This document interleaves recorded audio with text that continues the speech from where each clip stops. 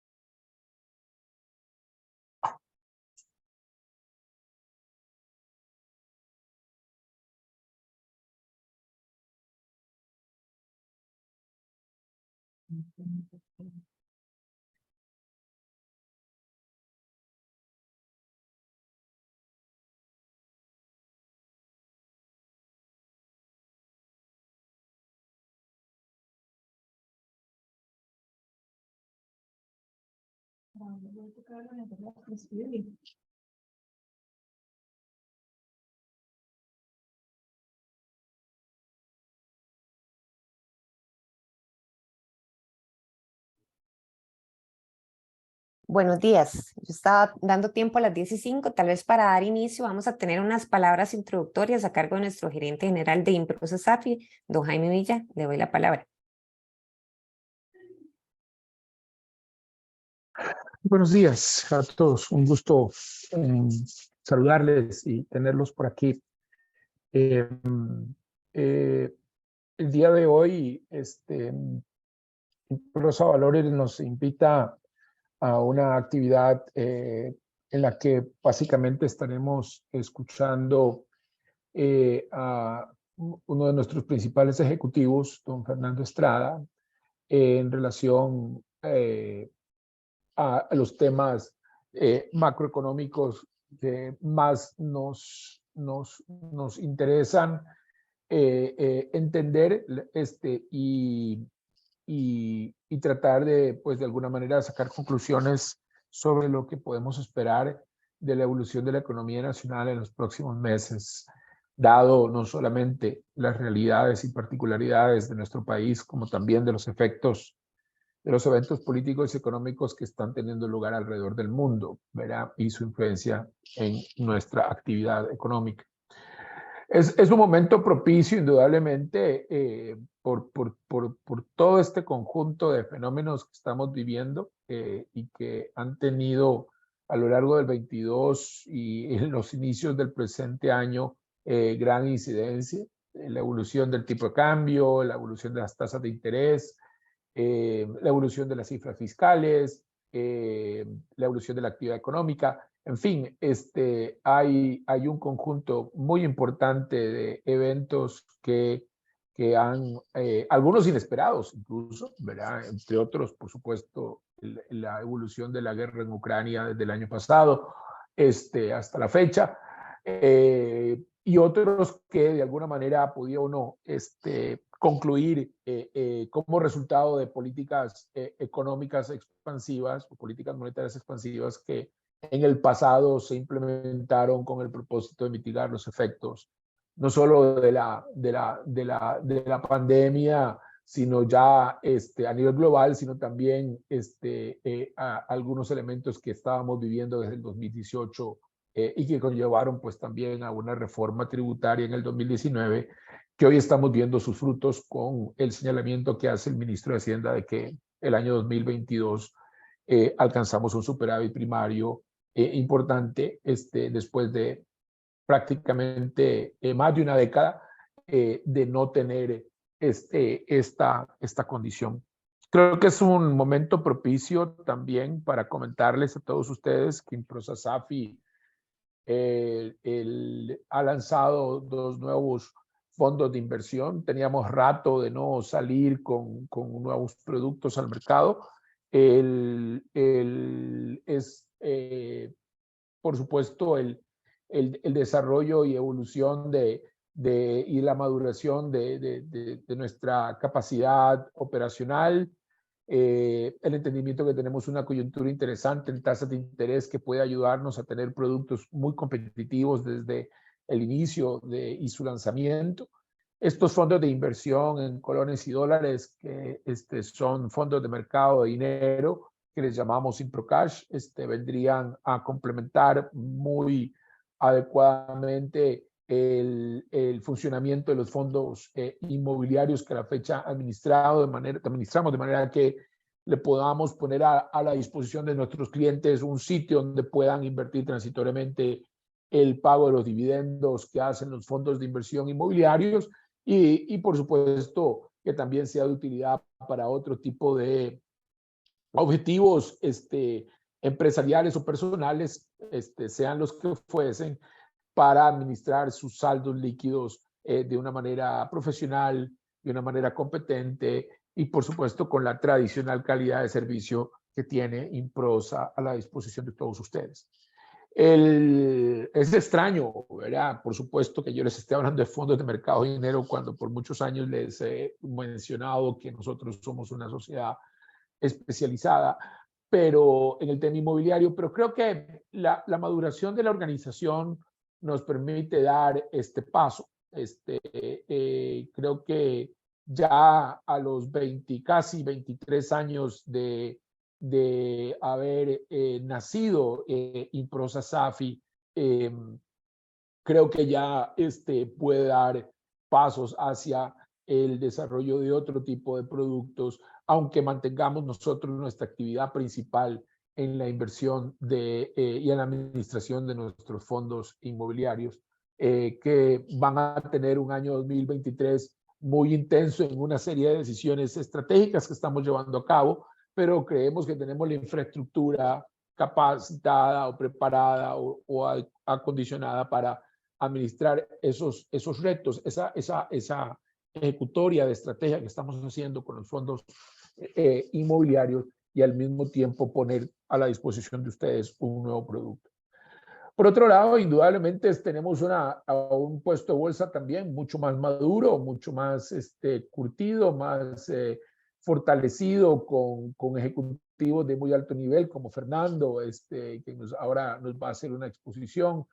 Bajo el liderazgo de María Emilia Fernández, creo que la evolución del puesto de bolsa ha sido realmente muy rica y bueno, el puesto de bolsa se viene preparando para dejar de ser solamente un agente colocador de los fondos inmobiliarios a presentarse con una gama de productos de inversión mucho más amplia, con una gestión mucho más profesional y con una estrategia de generar productos que puedan estar a la altura de las necesidades que todos ustedes tienen.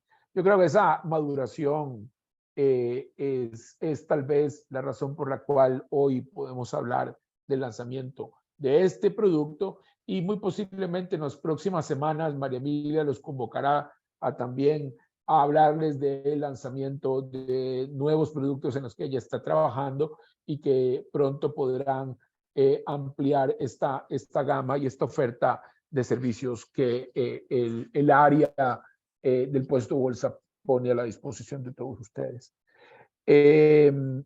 Ha sido un gusto estar con ustedes el día de hoy. Quisiera darles un saludo fraternal.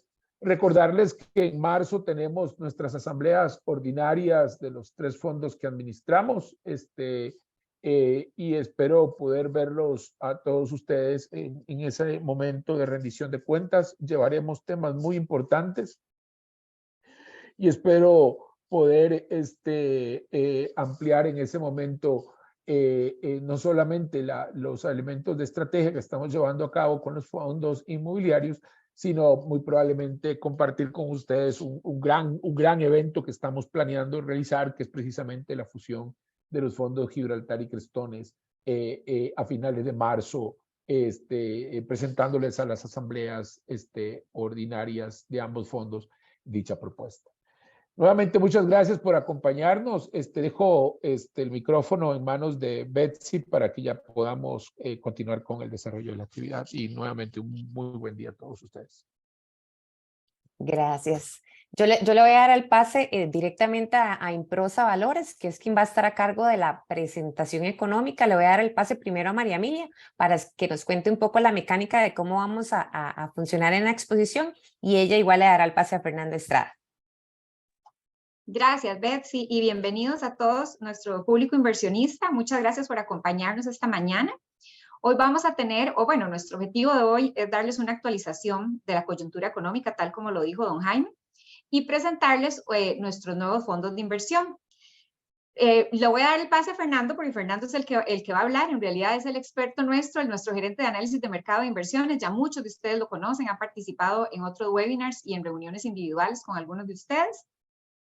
Vamos a hacer la siguiente dinámica. Para no interrumpir la presentación, yo les agradezco, si tienen consultas, dejarlas al final, o pueden irlas poniendo en el chat de esta misma presentación, y yo aquí las voy agrupando y anotando para después hacerle las consultas a Fernando agrupadas, ¿verdad? Fernando, te doy el pase, entonces. Muchas gracias, María Emilia. Y bueno, para mí es un honor estar con ustedes hoy. Efectivamente, como decía María Emilia, ya nos hemos reunido con muchos de ustedes a través de los años. Vamos generando pues esa relación de básicamente casi que de amistad, ¿verdad? De acompañamiento en el proceso de inversión. Y hoy traemos una presentación que voy a empezar a compartir en estos momentos, enfocada básicamente en tratar de tener una perspectiva sobre lo que fue el año pasado y sobre todo lo que no va a ser este año, ¿verdad? En qué forma se diferencia la historia del 2022 a la del 2023 para básicamente poder entender cómo debería ser nuestra estrategia de inversión y dónde vemos las oportunidades para este 2023. Entonces, sin mucho preámbulo, voy a empezar la presentación. Bueno, acá está nuestra gerente María Emilia Fernández y su servidor, que quedamos a las órdenes también para cualquier consulta por chat al final de la presentación o bien por correo electrónico en el momento que sea que ustedes gusten. Empezando la presentación, ¿cuáles son aquellas historias del 2022 que no tienen espacio en el 2023? Es importante porque en cierta forma tenemos que ir cambiándose el cassette, ¿verdad? El primero es un tema de inflación, y yo sé que siguen saliendo noticias de inflación, es un tema relevante, por ejemplo, en el discurso de la Reserva Federal. El día de ayer, Jerome Powell, el presidente de la Reserva Federal de Estados Unidos, el Banco Central de Estados Unidos, nos hablaba de que la inflación, de que este es un año de desinflación, y desinflación significa, también lo dicen de otra forma, significa de caídas en las tasas de inflación. Qué tan rápido caiga y qué tan rápido caigan las expectativas de inflación es muy importante, y pues de eso depende la política y la predisposición del Banco Central a continuar aumentando tasas. Pero bueno, por detrás de eso está un tema de qué es inflación. La inflación, decía Milton Friedman, y nadie lo ha contradecido, que es siempre y en todo lugar un fenómeno monetario. Ese es el resultado de los bancos centrales emitiendo mucho más dinero de lo que la economía necesita o puede absorber. Dicho eso, cuánto dinero necesita la economía es algo que es relativamente difícil de medir en cierto momento porque constantemente están cambiando las variables que lo determinan. Y les traigo acá una de tantas medidas de inflación que calcula la Reserva Federal, que se llama la mediana de inflación. No les estoy trayendo el índice de precios al consumidor o tantas otras de las que se habla frecuentemente, simple y sencillamente para ilustrar el punto de que dependiendo qué es lo que midamos, vemos cosas diferentes, y por eso las medidas de inflación que se hacen a través de encuestas son una aproximación a la verdadera inflación. Por eso generamos diferentes grupos de bienes y servicios para ver en diferentes periodos cómo se están comportando, y así podemos llegar a una u otra conclusión. Acá, aunque este índice era bastante volátil en su punto, su promedio no lo es tanto, y vemos como en los años 80 la inflación promedio era un 4%, en los 90 nos movimos hacia el 3% de inflación, o Estados Unidos, y en realidad los bancos centrales del mundo fueron convergiendo hacia una meta casi universalmente aceptada de que la inflación deseable en el largo plazo es un 2%, ¿verdad? Para algunos, como el Banco Central Europeo, ese 2% es un techo. para Estados Unidos, para el Banco Central de Estados Unidos, que es la Reserva Federal, es la expectativa que la gente tiene que tener en su mente, pero no lo tienen como un objetivo explícito, aunque hay una gran discusión sobre si debieran o no asumirlo como objetivo explícito. Pero lo cierto del caso es que en la última década anduvimos, ¿verdad?, cercanos a ese 2%, básicamente por acá. Después de eso, pues pasó la pandemia, y lo que vimos fue un proceso que generó un aumento inflacionario bastante acelerado, como no lo hemos visto en 3 décadas o en 4 décadas, pero que de forma muy interesante ya llegó a su máximo prácticamente en todos los países del mundo alrededor de la mitad del año pasado, junio, julio, y que la velocidad a la que está disminuyendo podríamos categorizarla como el doble de la velocidad a la que subió. Entonces, si bien es cierto, fue sorprendente lo rápido que nos impactó, y por temas que vamos a ver más adelante, pero que ya conocemos todos, ¿verdad? Desde la crisis de los contenedores, la guerra en Ucrania que mencionaba don Jaime, dislocaciones producto de la pandemia que cambiaron las preferencias y los hábitos de consumo de las personas a nivel mundial, ¿verdad? Pero que ¿verdad? Aunque en cierto momento se decía que esto era un fenómeno temporal y como todo fenómeno temporal no había que sobrereaccionar, pues luego se empezó a criticar a los bancos centrales del mundo por no arrancar a tiempo o por arrancar demasiado tímidamente, o las dos cosas. Sin embargo, lo que estamos viendo en estos momentos, como decía hace un minuto, es un proceso desinflacionario o de caída en las tasas de inflación. Todavía no hemos vuelto a ese 2%, y tampoco vamos milagrosamente a llegar al 2% y anclarnos ahí, ¿verdad? Eso, de hecho, el escenario más probable es que una vez que entremos entre el 3 más menos 1%, por ejemplo, que tiene nuestro Banco Central como meta de inflación a nivel local, que vamos a pasar el 4, en pocos meses vamos a pasar el 3 y luego vamos a pasar el 2. Probablemente tengamos un periodo de inflaciones negativas que van a compensar en gran parte este periodo de factores externos temporales que generaron este pico de inflación. Y entonces nuestro posicionamiento para un escenario desinflacionario debe ser diferente al que pudimos haber tenido el año pasado, ¿verdad? Si lo vemos de una forma más... esto lleva, perdón, a que muchos economistas empiecen a desagregar estos índices y entonces a ver, bueno, si lo que más nos estaba afectando en cierto momento eran los bienes o los bienes core goods, ¿verdad? Los bienes base, y los vemos en periodos más cortos, por ejemplo, en los últimos 3 meses anualizados, algunos de estos indicadores ya están, de hecho, en datos negativos, como este de core goods. Si vemos el CPI en los últimos 6 meses, de forma anualizada, desde junio, ¿verdad? Desde julio hasta la fecha, ese está en 2%, porque muchos de estos shocks se concentraron entre finales del 2021, principios del 2022, y estamos viendo que en realidad podríamos decir que la meta, en cierta forma, ya la está logrando el Banco Central, y esto nos debería llevar a pensar que el proceso de aumento en tasas probablemente ya debería haber terminado, pero es posible que todavía continúe un poco más, como quien dice, para estar seguros, ¿verdad? Porque cada cierto tiempo sale algún indicador económico, como la semana pasada, que salió el dato de empleo extremadamente fuerte en Estados Unidos, y eso hace que la gente se preocupe, que los gobernadores de la Reserva Federal se preocupen de que el proceso inflacionario no haya acabado, ¿verdad? Y ellos dicen, bueno, si nos criticaron porque empezamos tarde y porque empezamos lento, ahora nos van a criticar porque terminamos tarde y porque terminamos demasiado alto. Bueno, ese es el costo de tener credibilidad en política monetaria. Pero definitivamente el escenario al que estamos entrando, sobre todo con una posible recesión económica, como lo vamos a ver más adelante, lleva a que necesariamente, conforme esa recesión se pueda materializar, la respuesta de los bancos centrales y de la Reserva Federal en particular no puede ser otra que empezar a bajar las tasas. O sea que aunque el discurso oficial tiene que ser que las tasas van a estar altas y por más largo tiempo, en la práctica el mercado no le está creyendo del todo, sino que cree que va a llegar a un punto máximo, va a tocar punto y va a empezar a devolverse, ¿verdad? Porque la realidad económica en cierta forma lo va a obligar. Y eso nos lleva, ¿verdad?, que el mercado tiene una visión diferente del camino de las tasas.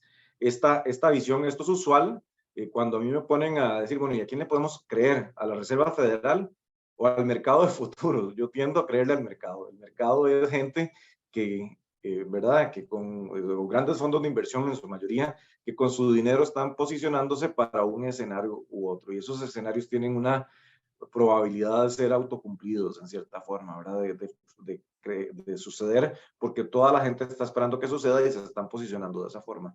Y el mercado de futuros, ¿verdad? Mientras que la Fed espera todavía 1 o 2 aumentos adicionales y luego que las tasas se mantengan altas durante todo el 2023, el mercado de futuros nos dice que más o menos a mitad de año o incluso un poquito antes, las tasas van a subir y que probablemente el último aumento ni siquiera se vaya a dar, ¿verdad? La Reserva Federal no está comprometida al 100% a hacer un aumento más. Es muy probable que suceda, pero el escenario donde no suceda también es posible, sobre todo de acuerdo a los próximos datos económicos que vamos a tener en los próximos meses, ¿verdad? Si bien es cierto, sí estamos viendo una desaceleración a nivel de la actividad económica mundial. Otra de las historias, que son historias del 2022, pero que no tienen espacio en el 2023 y que fueron uno de los justificantes para los aumentos en las presiones inflacionarias que vivimos el año pasado, es lo que se le llamó la crisis de los contenedores. Bueno, la crisis de los contenedores en realidad tuvo múltiples causas, ¿verdad? El aumento en el consumo de bienes contra servicios, un desplazamiento en la demanda en cierto momento, los cierres en puertos producto del COVID, sobre todo en China, cambios en los patrones y rutas del comercio internacional. Pero lo que estamos viendo a nivel global es que el precio promedio en las principales rutas mundiales para enviar un contenedor que llegó a estar hace un año alrededor de los $10,000, hoy está cerca de los 2,000, o sea, se ha reducido un 78%. Y algunos podrán decir, bueno, pero es que ese número sigue siendo superior a lo que veíamos en el 2019, que era alrededor de $1,400. Y efectivamente lo es, pero el 2019 no necesariamente es un buen año base, aunque lo utilizábamos siempre para comparar el mundo prepandemia y pospandemia, ¿verdad? En el 2019 las tasas estaban bajando, la actividad económica mundial estaba cayendo y la Reserva Federal ya estaba empezando a responder y se esperaba una recesión, que bueno, llegó el COVID y lo trastocó todo, pero ese nivel reflejaba un nivel de demanda global reducido, ¿verdad?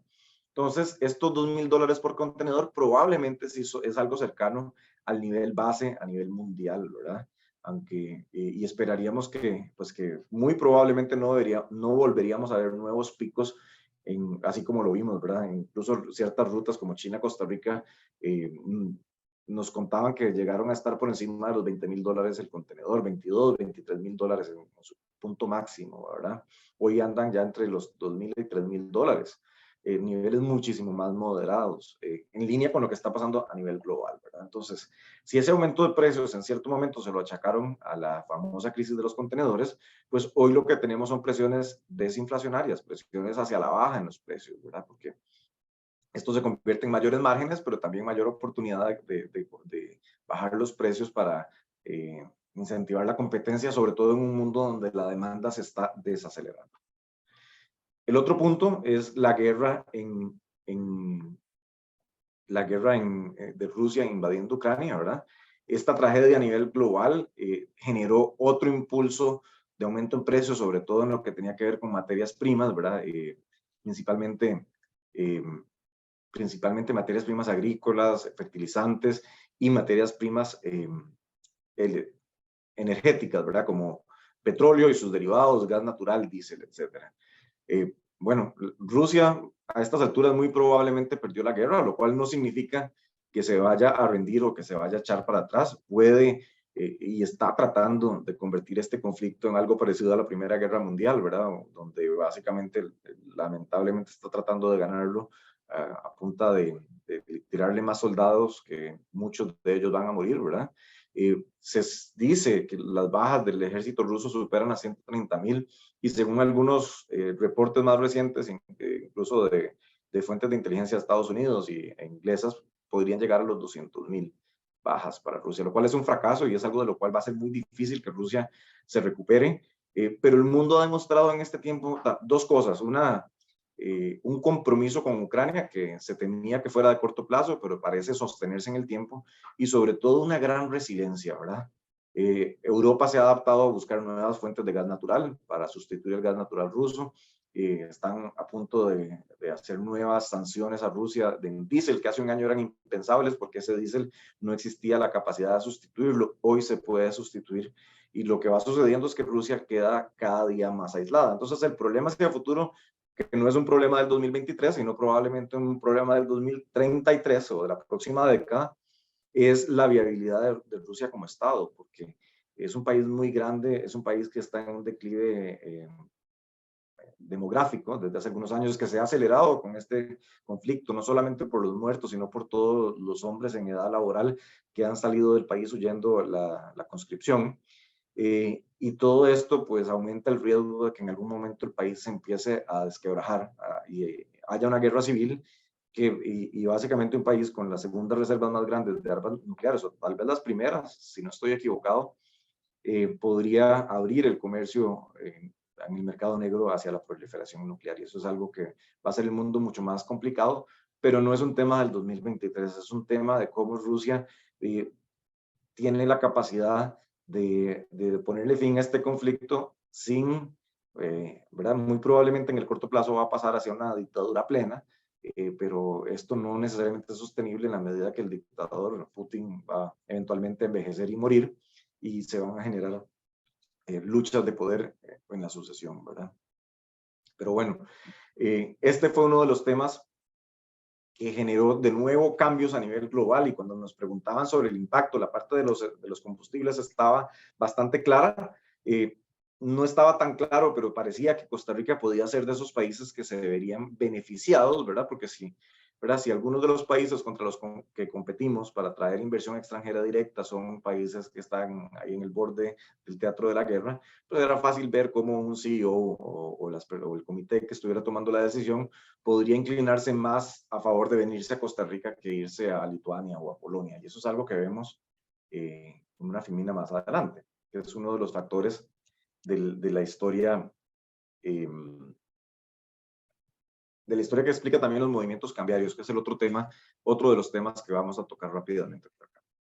Estados Unidos está a las puertas de la recesión. Este gráfico no lo he actualizado a propósito porque lo tengo desde hace como 6 meses, simplemente para ilustrar que desde hace 6 meses todo el mundo estaba esperando una recesión y hoy todo el mundo sigue esperando una recesión.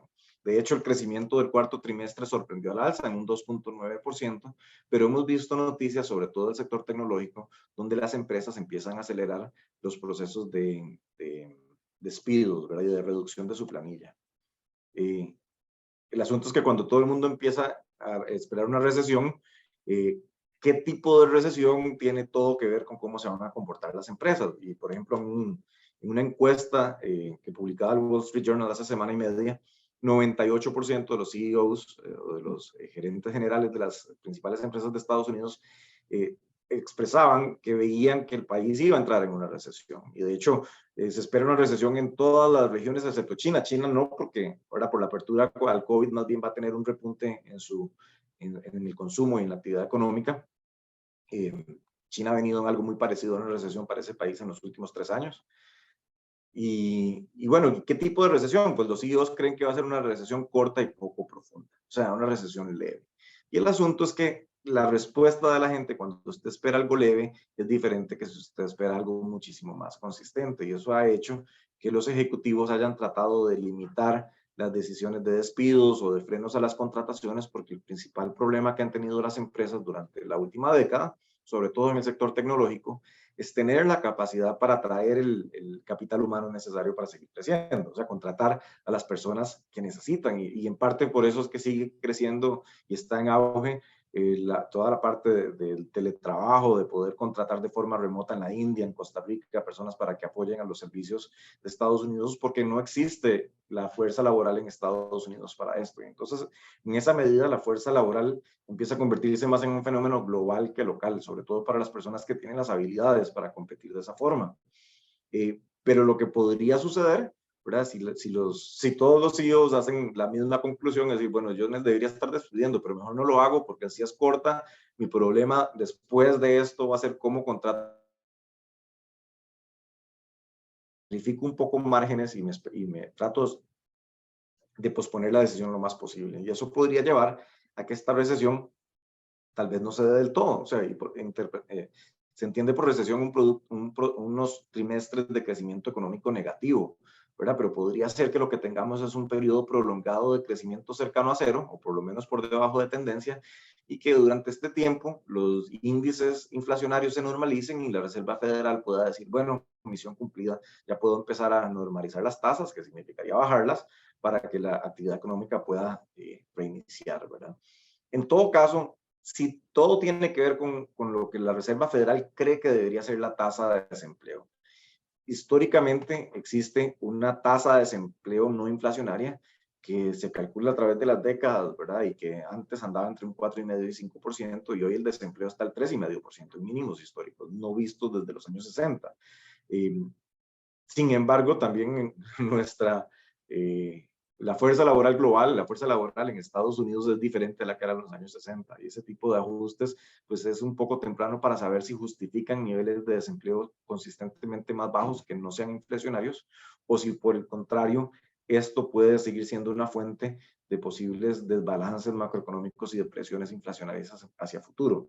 Ese es el tema. Si uno ve los despidos que han hecho las empresas tecnológicas, son muy poco comparado a lo que contrataron post pandemia.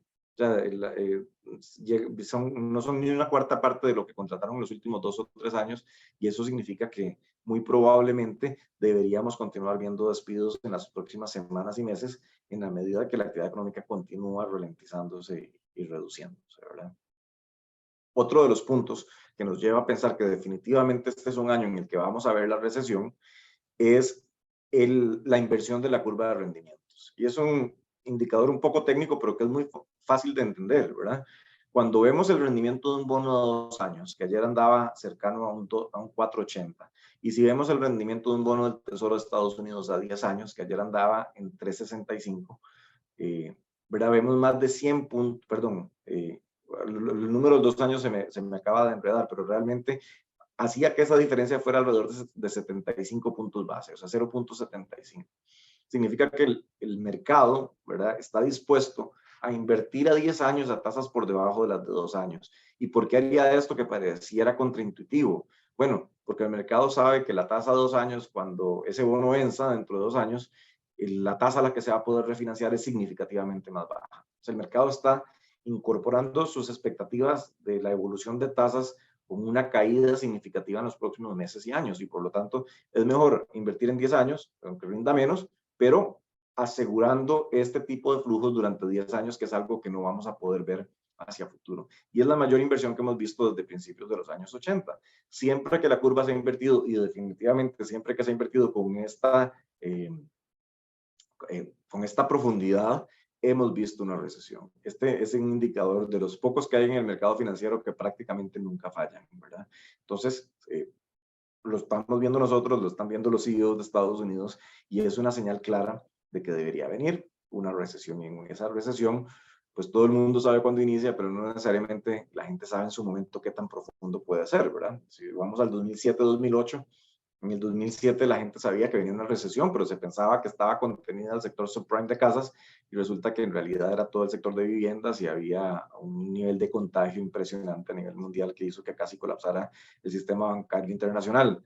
Bueno, no estamos hablando de que eso vaya a suceder esta vez, no existen ese nivel de excesos, pero siempre pueden haber sorpresas, ¿verdad? Y el mercado está viendo que la recesión viene para el 2023.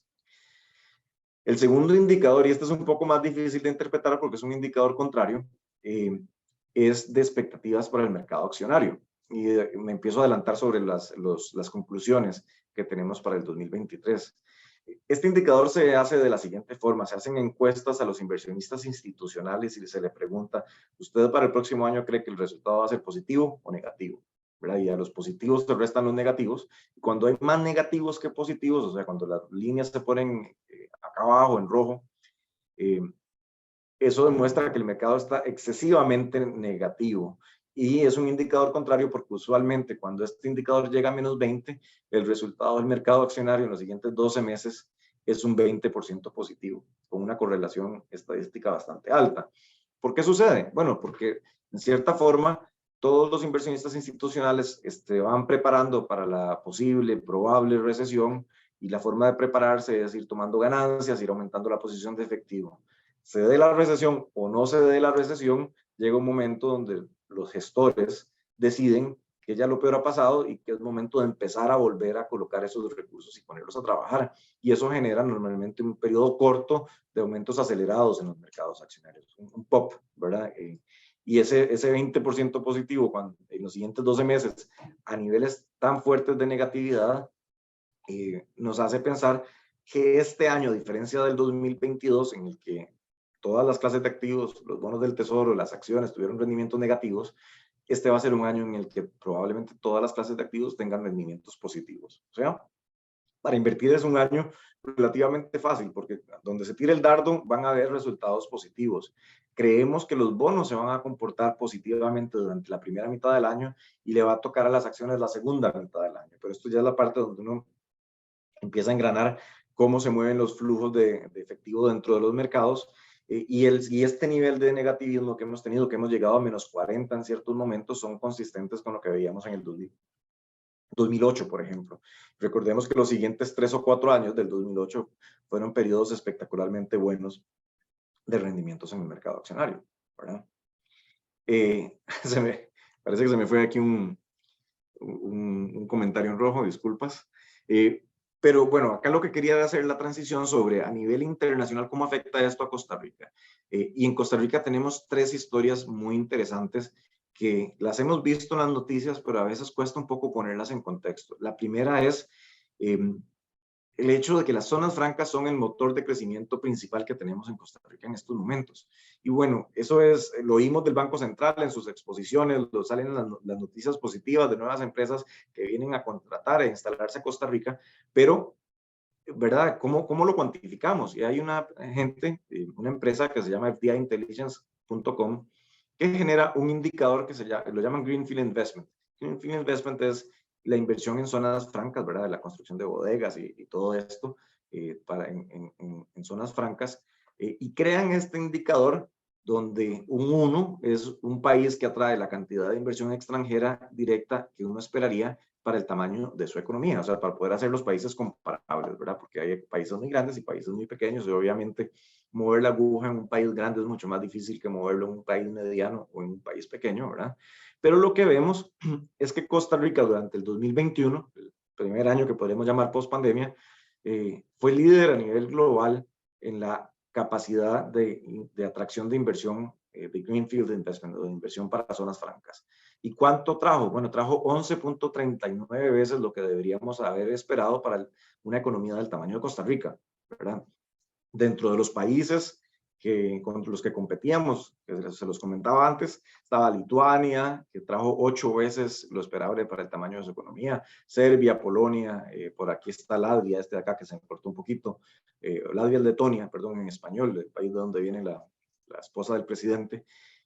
Países desarrollados como Estados Unidos tienen un indicador por debajo de 1, es 0.69 el caso de Estados Unidos, que eso significa que son países exportadores de capital, ¿verdad? Mientras que los países en vías de desarrollo son los que logran atraer ese capital. Y cuando hablábamos del inicio de la guerra de Rusia atacando a Ucrania, pues decíamos que tal vez Costa Rica pudiera haberse beneficiado en un ambiente de tanta incertidumbre, ¿verdad? Porque si una empresa estaba pensando en irse a Lituania, a Letonia o a Costa Rica y estaba indecisa entre los dos, pues era fácil ver cómo podía inclinarse la balanza hacia el lado de Costa Rica. Lo que vimos en el 2022 es que ese liderazgo no solo continúa, sino que aumenta. Costa Rica pasa de 11 veces a 15 veces. O sea, es impresionante porque demuestra que no fue un año excepcional. Uno podría haber dicho, tal vez en el 21 vino una empresa muy grande, como pasó en el 96 cuando entró Intel o algo similar y no lo tenemos en el radar. Bueno, no es una empresa, son muchas empresas. Costa Rica en el 2021, datos que casualmente comentaba el Banco Central en una de sus exposiciones recientes, atrajo 35 empresas transnacionales nuevas al régimen de zona franca en el 2021. En el 2022 atrajo 50 empresas nuevas de zonas francas, ¿verdad? Eso es consistente con este movimiento de 11 a 15, grosso modo, ¿verdad?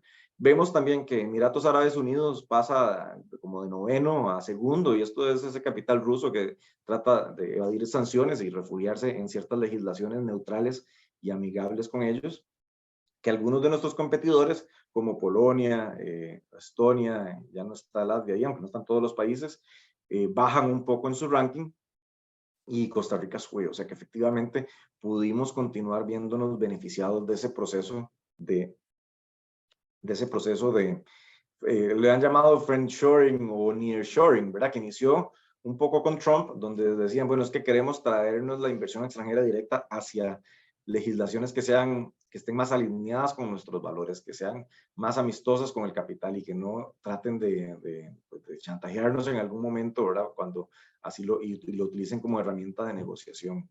Es muy probable que Costa Rica en el 2023 continúe, no sé si siendo líder, esperemos que siendo líder, pero por lo menos en el top 5 a nivel global, porque estas características que hacen que Costa Rica sea un país atractivo para la inversión extranjera directa, tienen todo que ver con el ecosistema que se ha venido generando, que genera nuevas oportunidades, no solo para atraer nuevas empresas, sino para que las empresas existentes continúen expandiendo su operación. Y en gran medida es muy independiente de factores como tipo de cambio, por ejemplo, ¿verdad?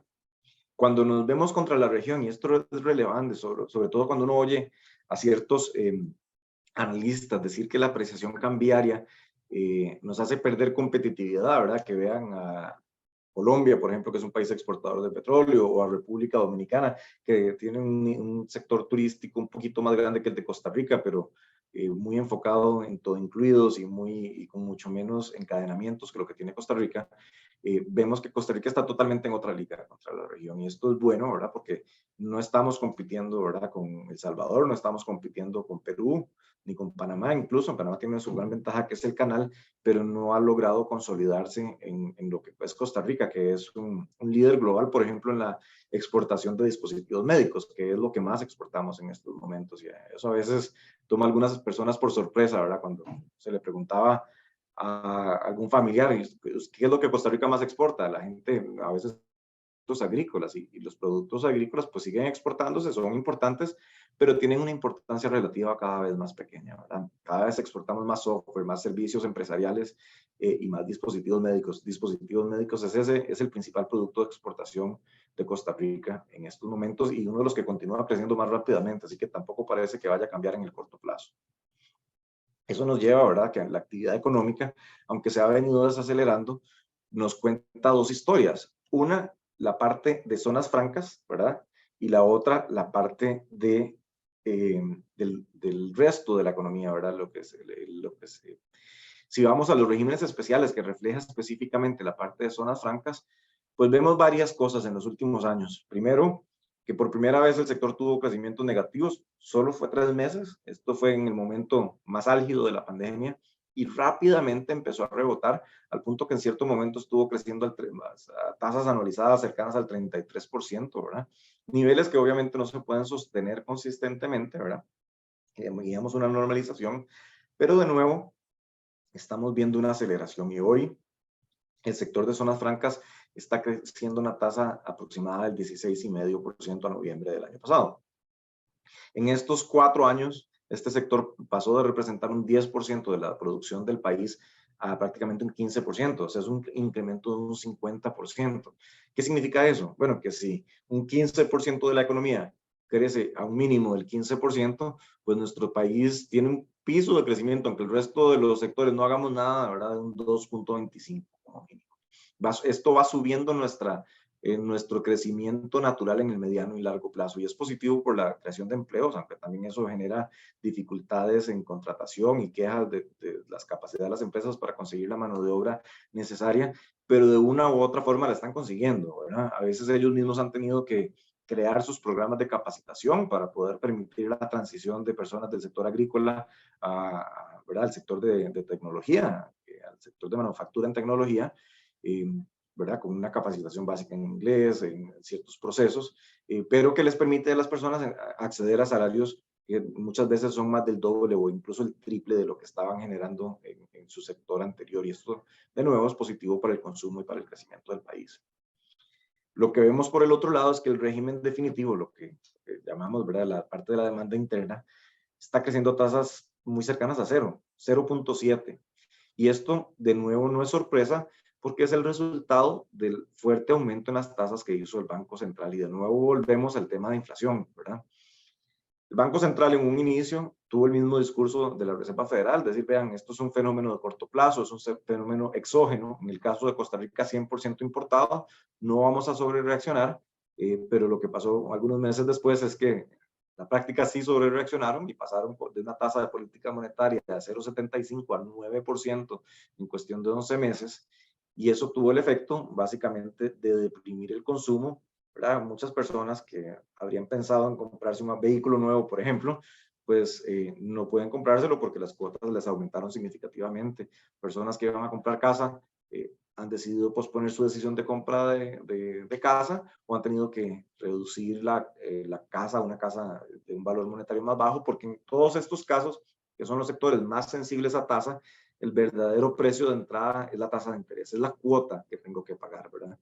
Si el carro vale $30,000 o si la casa vale 60 millones de colones, es menos relevante de cuánto tengo que pagar y cuánto representa eso como porcentaje de mi ingreso, ¿verdad? Entonces, cuando el Banco Central sube las tasas de 0,75 a 9, lo que hace es que los índices de inflación sobrecompensen, ¿verdad? En cierta forma, pasándole la factura a los que no tuvieron nada que ver con esto, ¿verdad?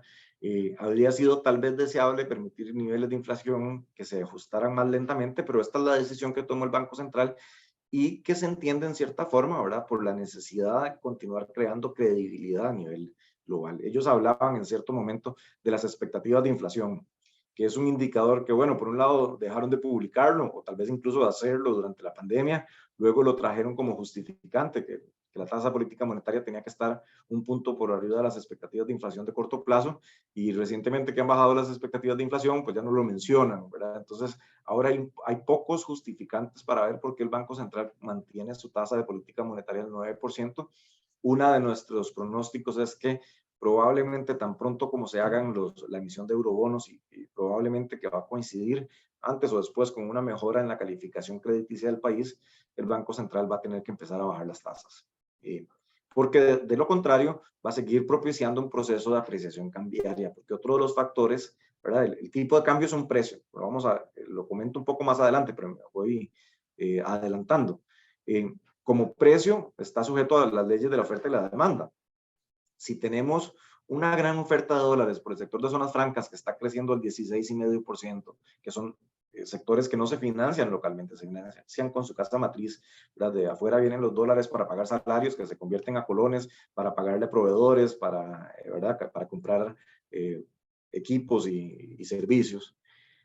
Si esos dólares están creciendo, si están creciendo los dólares que nos entran por el segundo sector más importante, que es el de turismo, y por el otro lado la demanda de dólares, ¿verdad? Está reducida ¿verdad? Porque el acceso al crédito es muy limitado por las altas tasas, ¿verdad? No estamos comprando los vehículos al exterior al nivel que deberíamos estar comprando, no estamos comprando acabados de la construcción porque no hay demanda importante de casas en estos momentos. Todo eso significa que hay un excedente de dólares, y ese excedente de dólares lo vemos como acumulación de reservas. Eso nos hace pensar que el proceso de apreciación cambiaria se va a continuar, sobre todo en la medida que el tercer factor es ese premio por invertir en colones, que hace que los inversionistas de largo plazo, como operadoras de pensiones, puedan preferir continuar acumulando con sus nuevos recursos más inversiones en colones que le pagan más, sobre todo con una inflación que se está desacelerando rápidamente. Si lo vemos por sectores, pues los más castigados es construcción, ninguna sorpresa ahí, es uno de los sectores más sensibles en tasas, ¿verdad? También lo es actividades financieras y de seguros. Pues si la gente no está comprando casas y no está comprando carros y el crédito de consumo está estancado también, pues los bancos, ¿verdad? El único negocio que les queda es tratar de robarle los mejores clientes a la competencia, que es parte de lo que estamos viendo.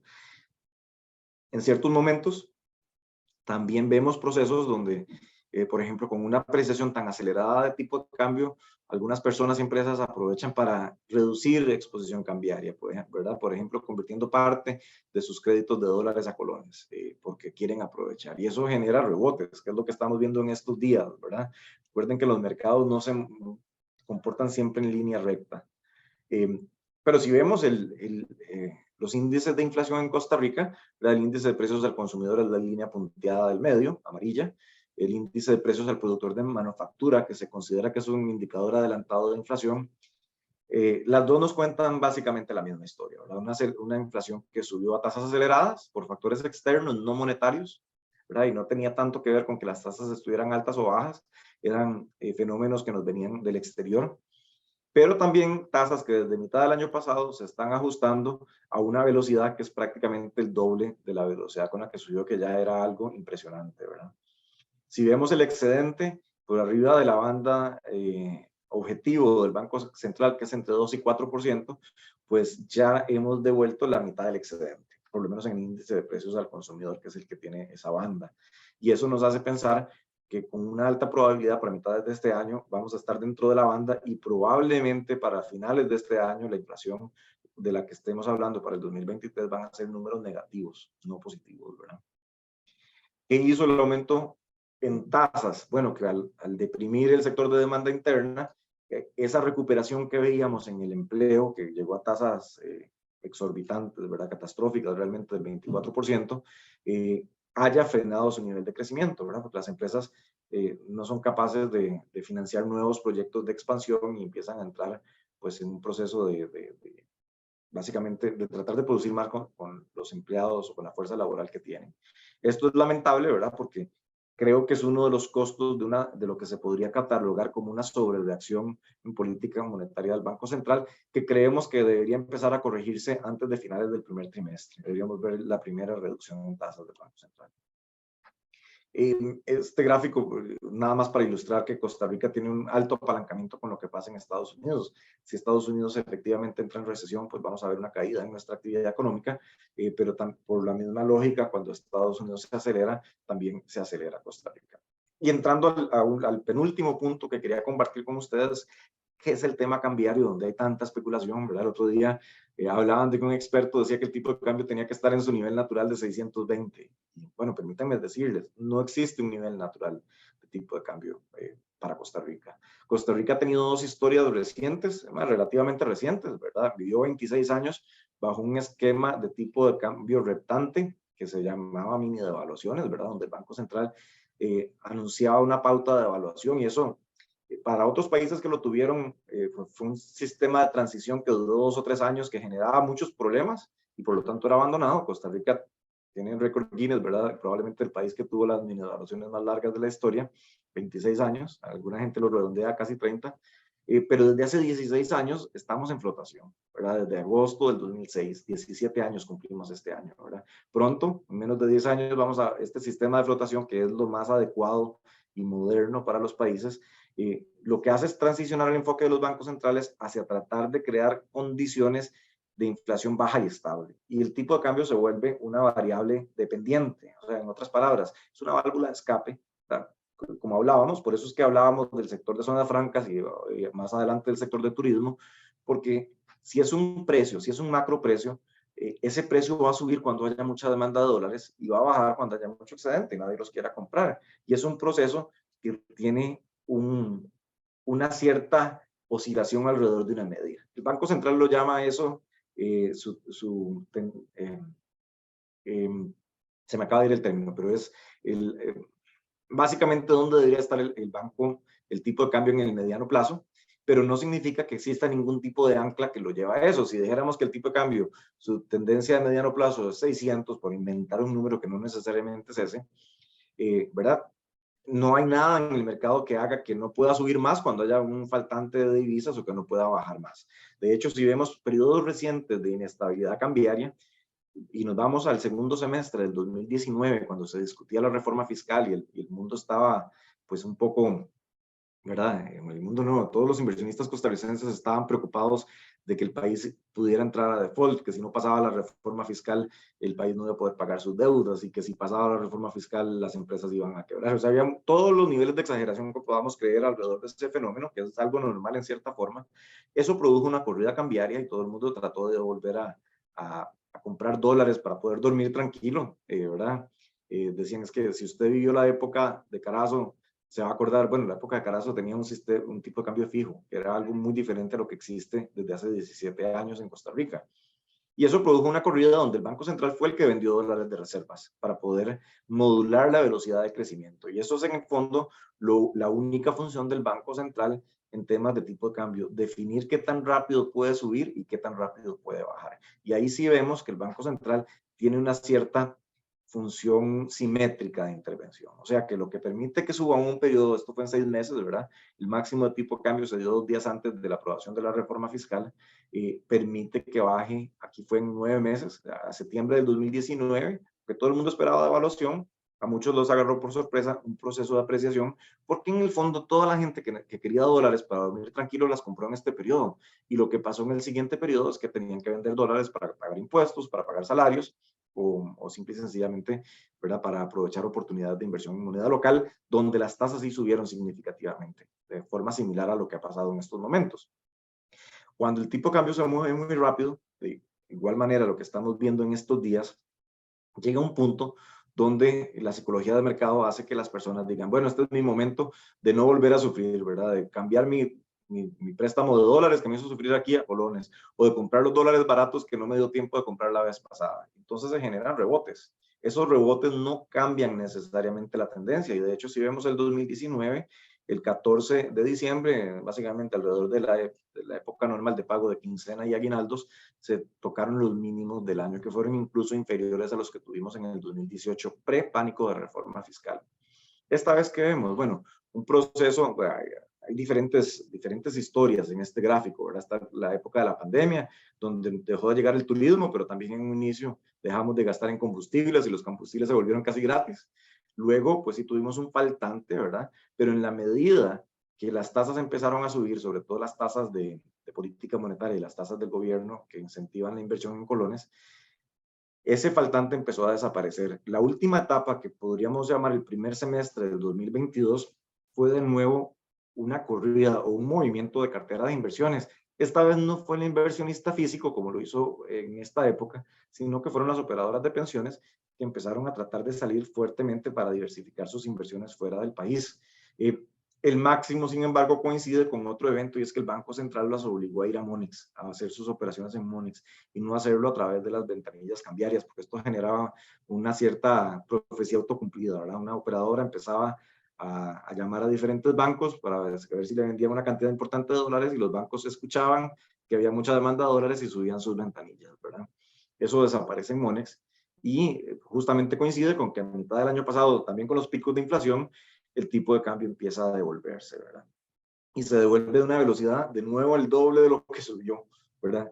En estos momentos estamos viendo un rebote, pero no es un cambio de tendencia, porque mientras se mantenga el crecimiento de zonas francas, mientras Costa Rica esté de moda a nivel de turismo internacional y sigan viniendo los turistas a gastar como están gastando en estos momentos, y además la demanda interna esté reprimida por las altas tasas, vamos a seguir viendo ese excedente de dólares que se va a seguir manifestando como aumento en las reservas. En un momento, por ejemplo, de la crisis del 2008, vemos que algo similar pasó. De hecho, el Banco Central aquí puso en evidencia esa simetría en su intervención, ¿verdad? Aunque aquí en la primera parte existían bandas que luego desaparecieron, el Banco Central permitió una devaluación, o sea, que pasáramos de 495 aproximadamente a 590 en 18 meses, más o menos un 18%, promedio un 1% por mes.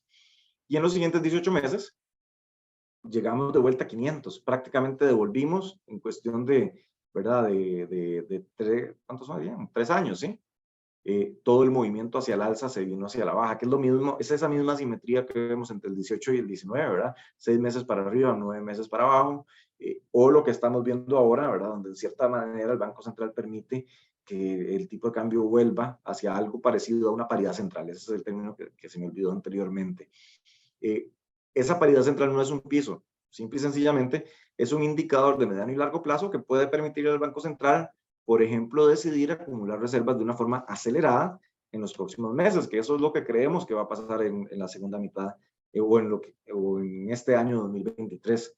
El tipo de cambio probablemente va a terminar para diciembre por debajo de lo que estuvo en enero. El mínimo de enero, el 29 de enero en Monex fue 555 y algo, y es probable que podamos revisitar niveles de 540, pero no necesariamente en línea recta. Acá veíamos en el 2008, 2010, donde después de procesos de apreciación acelerada hay rebotes. Esto en cierta manera es lo que estamos viviendo en estos días, que nos puede llevar a 590, tal vez hasta 600, y probablemente después de eso vamos a retomar la senda de la apreciación, porque en el fondo sigue existiendo un excedente real de divisas, o sea, entran más dólares al país de los que estamos necesitando para ir a, no sé, a ir a ver a Keylor ahora a Inglaterra o para comprarnos vehículos nuevos y renovar la flota vehicular para trabajo o de uso personal.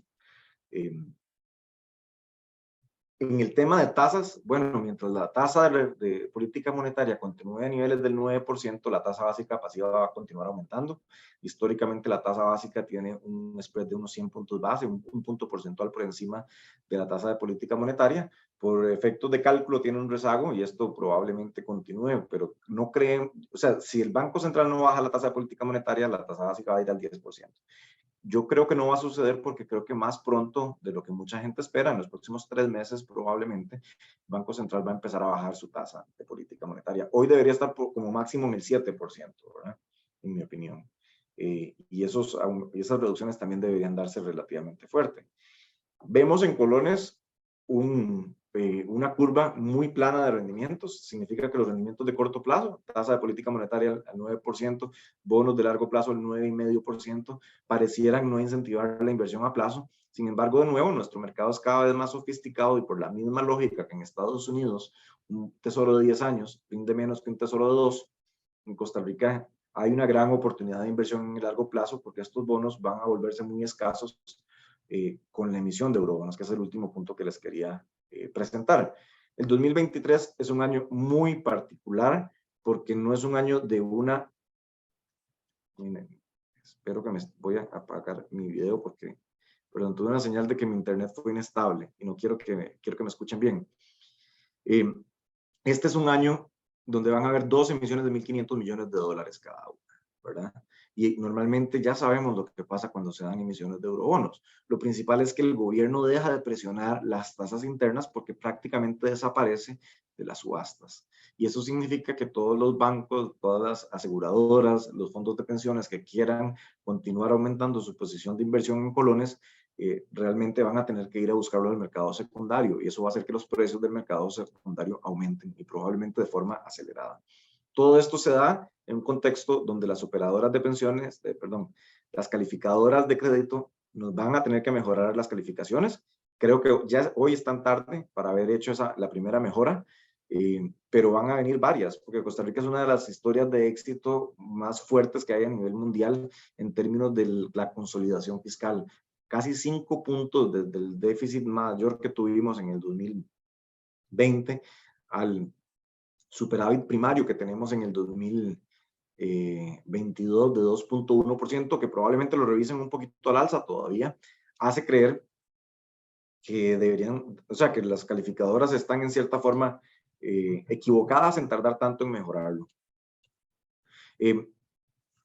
Acá también un gráfico histórico para recordar un poco qué ha sucedido en el pasado. Bueno, cuando se aprobó el segundo programa de eurobonos en la época del gobierno de doña Laura Chinchilla, hay dos fases interesantes. La primera es la parte de la negociación política, donde las tasas que andaban cercanas a un 10% en moneda local a 10 años, parecidas a las que están actualmente, subieran un 12%. Eran épocas donde la inflación era bastante más alta, de forma sostenida, y no extraordinaria como ahora. Pero lo que sí vimos es que el gobierno, en cierta forma, usó la misma técnica de negociación que usó este gobierno, y es decirle a los diputados, vea, si no me aprueba los eurobonos, las tasas van a seguir subiendo y todos vamos a sufrir mucho, ¿verdad? En el año pasado, las tasas del 10 años pasaron de un 7,5% o 7% a un 10%, subieron incluso un poco más proporcionalmente de lo que subió en esta época. Pero el efecto fue el mismo. Una vez aprobada la reforma fiscal y una vez aprobada la nueva emisión de eurobonos y sin que se haya dado la primera emisión, porque la primera emisión está, dependiendo de las fuentes, podría salir a finales de marzo o podría salir en las próximas 2 semanas o podría salir hasta la próxima semana incluso. Estamos a las puertas de una nueva emisión y las tasas han empezado a moverse levemente hacia la baja. Pero a partir del momento en que se haga esa emisión, que es una señal clarísima al mercado de que el gobierno desaparece, y bueno, en esta época el gobierno tenía déficit primario, hoy tiene superávit primario, ¿verdad? Hay un superávit importante.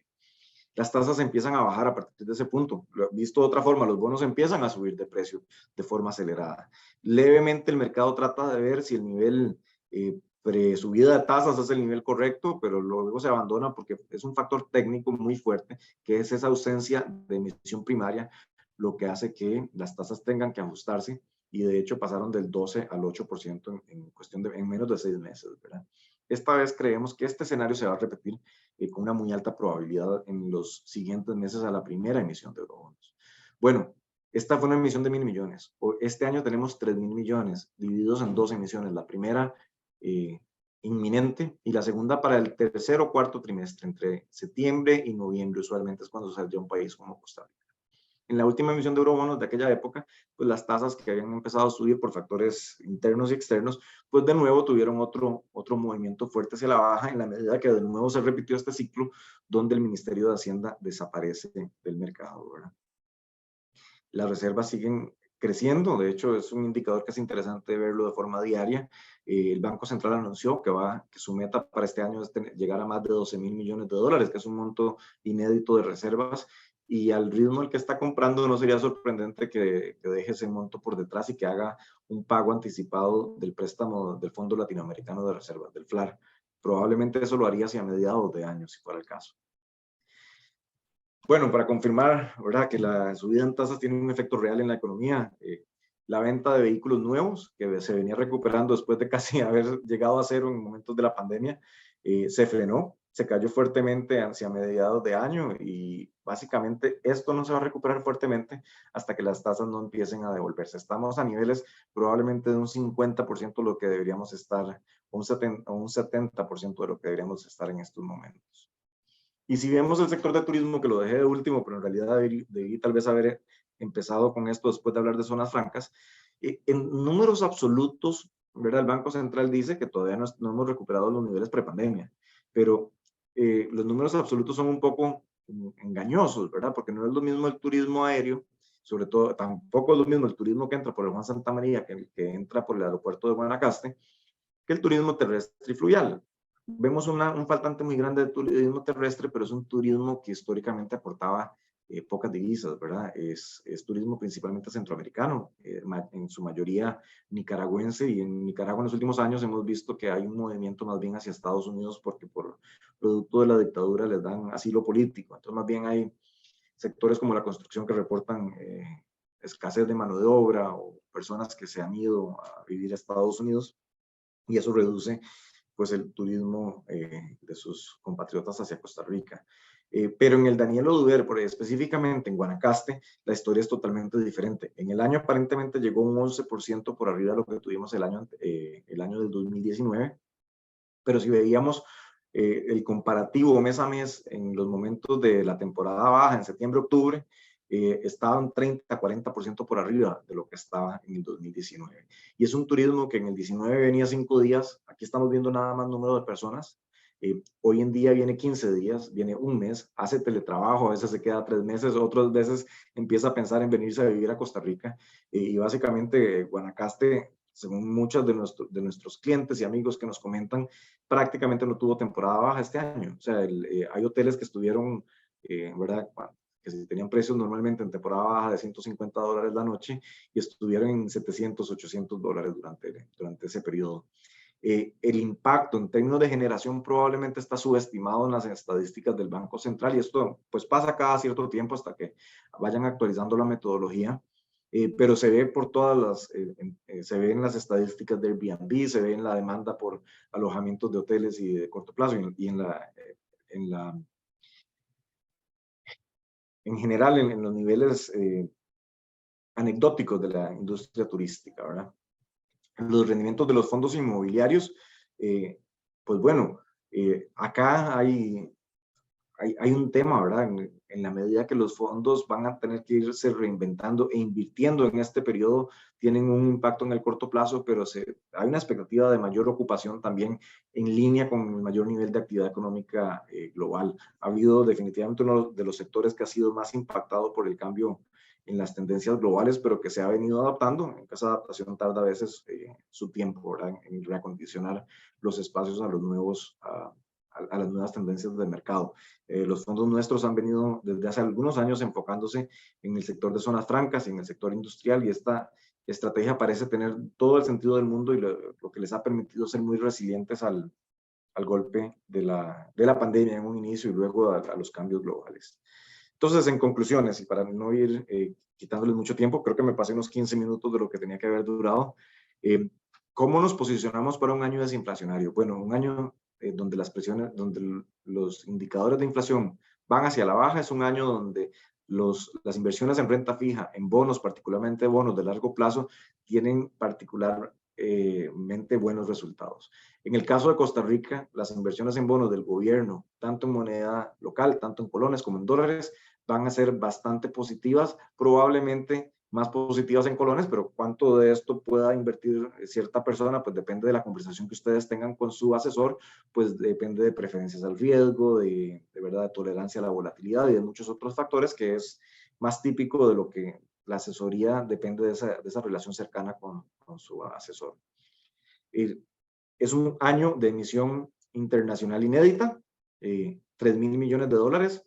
Esto va a tener un impacto en el mercado como lo ha tenido en el pasado y esta vez el impacto va a verse magnificado porque venimos con un superávit primario importantísimo, producto de la regla fiscal, que aunque cada cierto tiempo quieren debilitarla, por el momento no lo han logrado. Va a ser un año de rebote en bonos y acciones, probablemente acciones más hacia finales de año. Creemos que el Banco Central va a tener que bajar las tasas y esto va a ser más pronto de lo que muchas personas esperan, y que a pesar de que los mercados, como vemos, no se comportan en línea recta y de que tuvimos una apreciación acelerada que tuvo probablemente el mes más fuerte en enero, estamos viendo un rebote, pero esto es en cierta forma un rebote para tomar impulso, ¿verdad? Si pensábamos vender dólares, es probable que deberíamos ver niveles cercanos a 590 como un buen nivel de salida, que eso lo podríamos estar viendo entre hoy y mañana probablemente. Y con un país que está de moda, esto nos hace resilientes a la recesión. Cada vez más nos genera problemas, ¿verdad? Problemas de agua en las zonas costeras, problemas de infraestructura que ya los teníamos, los agrava incluso más, pero hace que el país siga continuando por la senda del crecimiento económico que ha sorprendido en los últimos años, bueno, sobre todo el Banco Central, que ha sido muy pesimista en sus pronósticos. Nosotros tal vez aquí nos tachan de ser optimistas, pero creemos que si lo llamamos optimismo, ese optimismo está en los datos que nos dicen que las zonas francas no es una golondrina, ¿verdad? Es una tendencia consolidada ya en décadas de inversión y de posicionamiento del país, que hoy está empezando a pagar sus frutos y que va a continuar generando estos frutos en los próximos años. Así que yo no apostaría que el país vaya a desacelerarse en la atracción de inversión extranjera directa en el 23 ni en el 24, sino que vamos a continuar siendo líderes y que esa historia está un poco subcontada o subexplicada a nivel país y la gente no dimensiona el impacto que esto tiene, ¿verdad? Por eso no nos sorprende la apreciación cambiaria, creemos que es parte de los dolores del crecimiento y que, bueno, en realidad no hay una opción. Es normal ver sectores turísticos, sectores exportadores quejarse de la apreciación cambiaria, pero, ¿verdad? El país conforme avanza en esta senda, hay sectores que van a dejar de ser productivos y van a tener que convertirse o morir. Y esa es la historia económica de todos los países, ¿verdad? Nos guste o no nos guste. Entonces, hasta aquí tengo la presentación. Muchas gracias por su espacio. Creo que vamos a pasar a la presentación de Luis Diego y luego a las preguntas. Voy a prender la cámara entonces. Tal vez aprovecho para recordarles a los que vayan o tengan consultas que nos las pueden ir poniendo en el chat. Por el momento solo tengo una, entonces vamos a pasar a lo de Luis Diego, pero si quieren ir anotando preguntas adicionales, aquí tomo nota. Muy bien. Bueno, muy buenos días a todos. Un gusto saludarlos. Muchas gracias a Fernando por esa excelente presentación económica. Como comentamos al inicio, don Jaime, hoy queremos anunciarles el nuevo producto o fondos de mercado de dinero que está sacando Improsa SAFI y ponemos a disposición de ustedes como una nueva alternativa de inversión. Se trata de los fondos de mercado de dinero en colones y en dólares que les hemos llamado fondos ImproCash.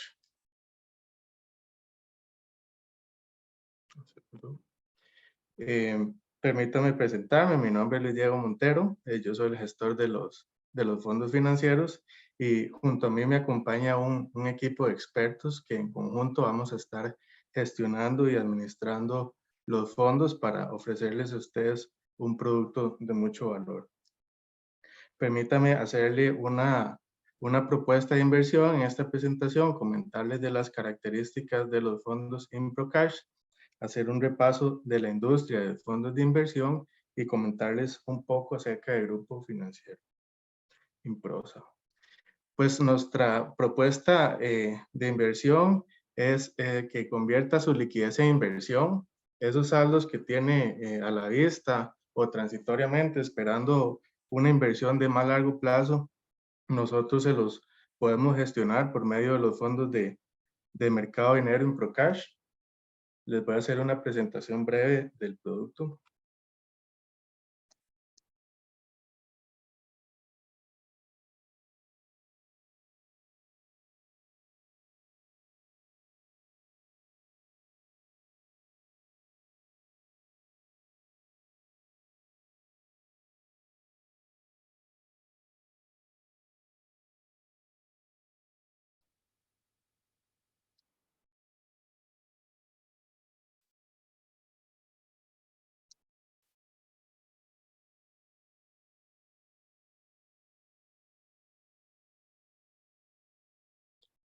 Ok, muy bien. Como vieron en el video, pueden convertirse en inversionistas con tan solo $1 y $1 y acceder a los beneficios que brinda este instrumento de inversión que es cada vez más demandado en los mercados financieros.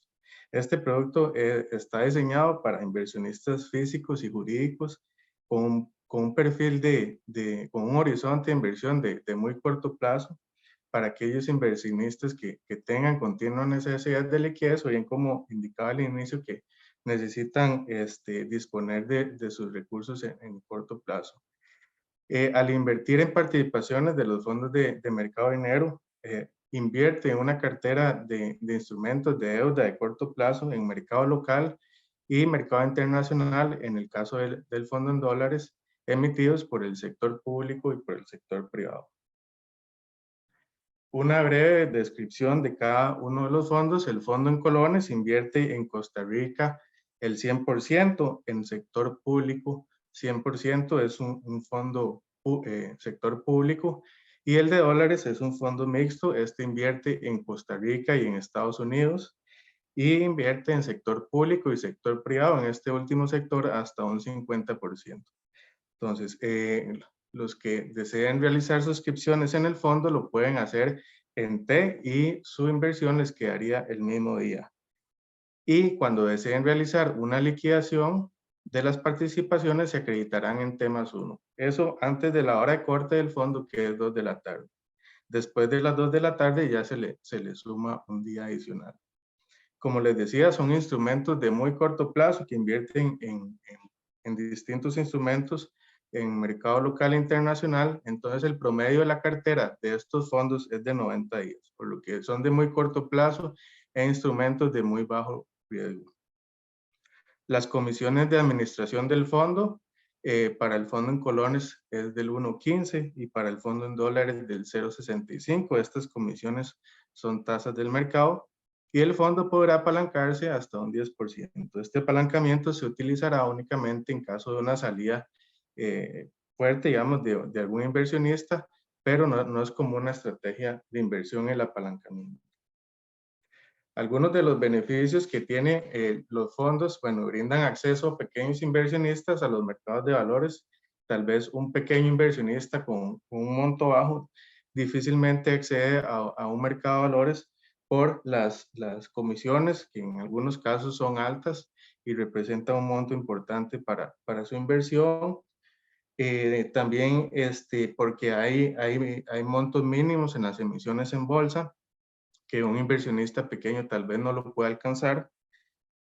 Y también nos permite tener el aporte de muchos inversionistas, nos permite tener músculo, por así decirlo, para ir al mercado de valores a negociar instrumentos con mejores tasas de interés, con tasas más favorables que tal vez individualmente hubiese sido complicado alcanzarlas o negociarlas.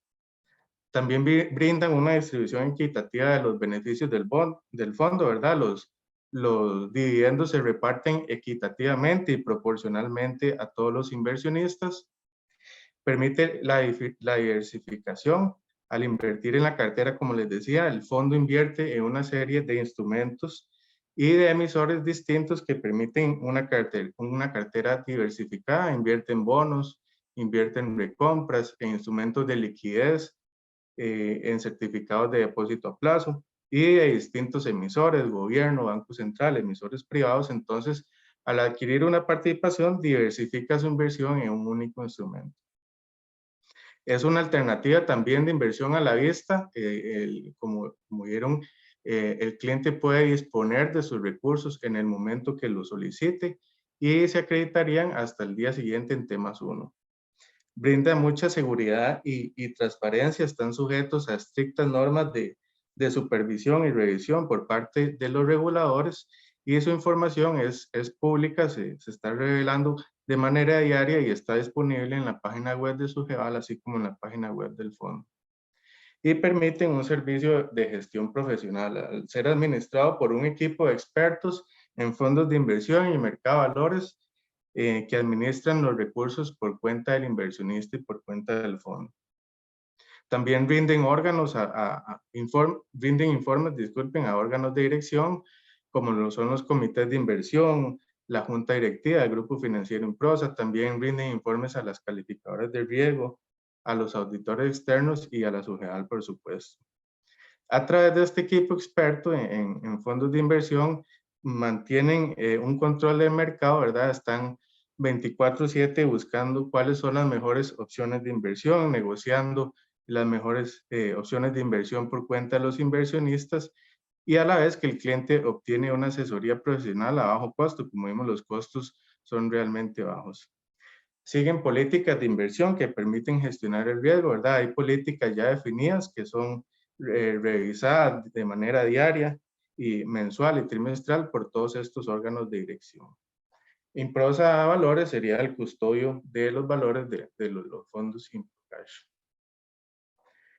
Estos tres elementos combinados de manera simultánea nos van a permitir brindarles una excelente experiencia en los fondos financieros de mercado de dinero. Van a tener acceso a bonos del Tesoro de Estados Unidos. Vamos a comprar bonos del Tesoro de Estados Unidos, que son instrumentos muy seguros a nivel internacional. También nos van a brindar exposición a otros mercados y permiten esa diversificación del fondo. Los montos de inversión son bastante accesibles, $1 colón y $1. Y la atención personalizada a través de nuestros ejecutivos de Improsa Valores, que les van a ayudar a facilitar el trámite de la apertura de cuenta, a realizar sus inversiones y sus liquidaciones. Ellos siempre muy atentos a todo lo que los clientes requieran.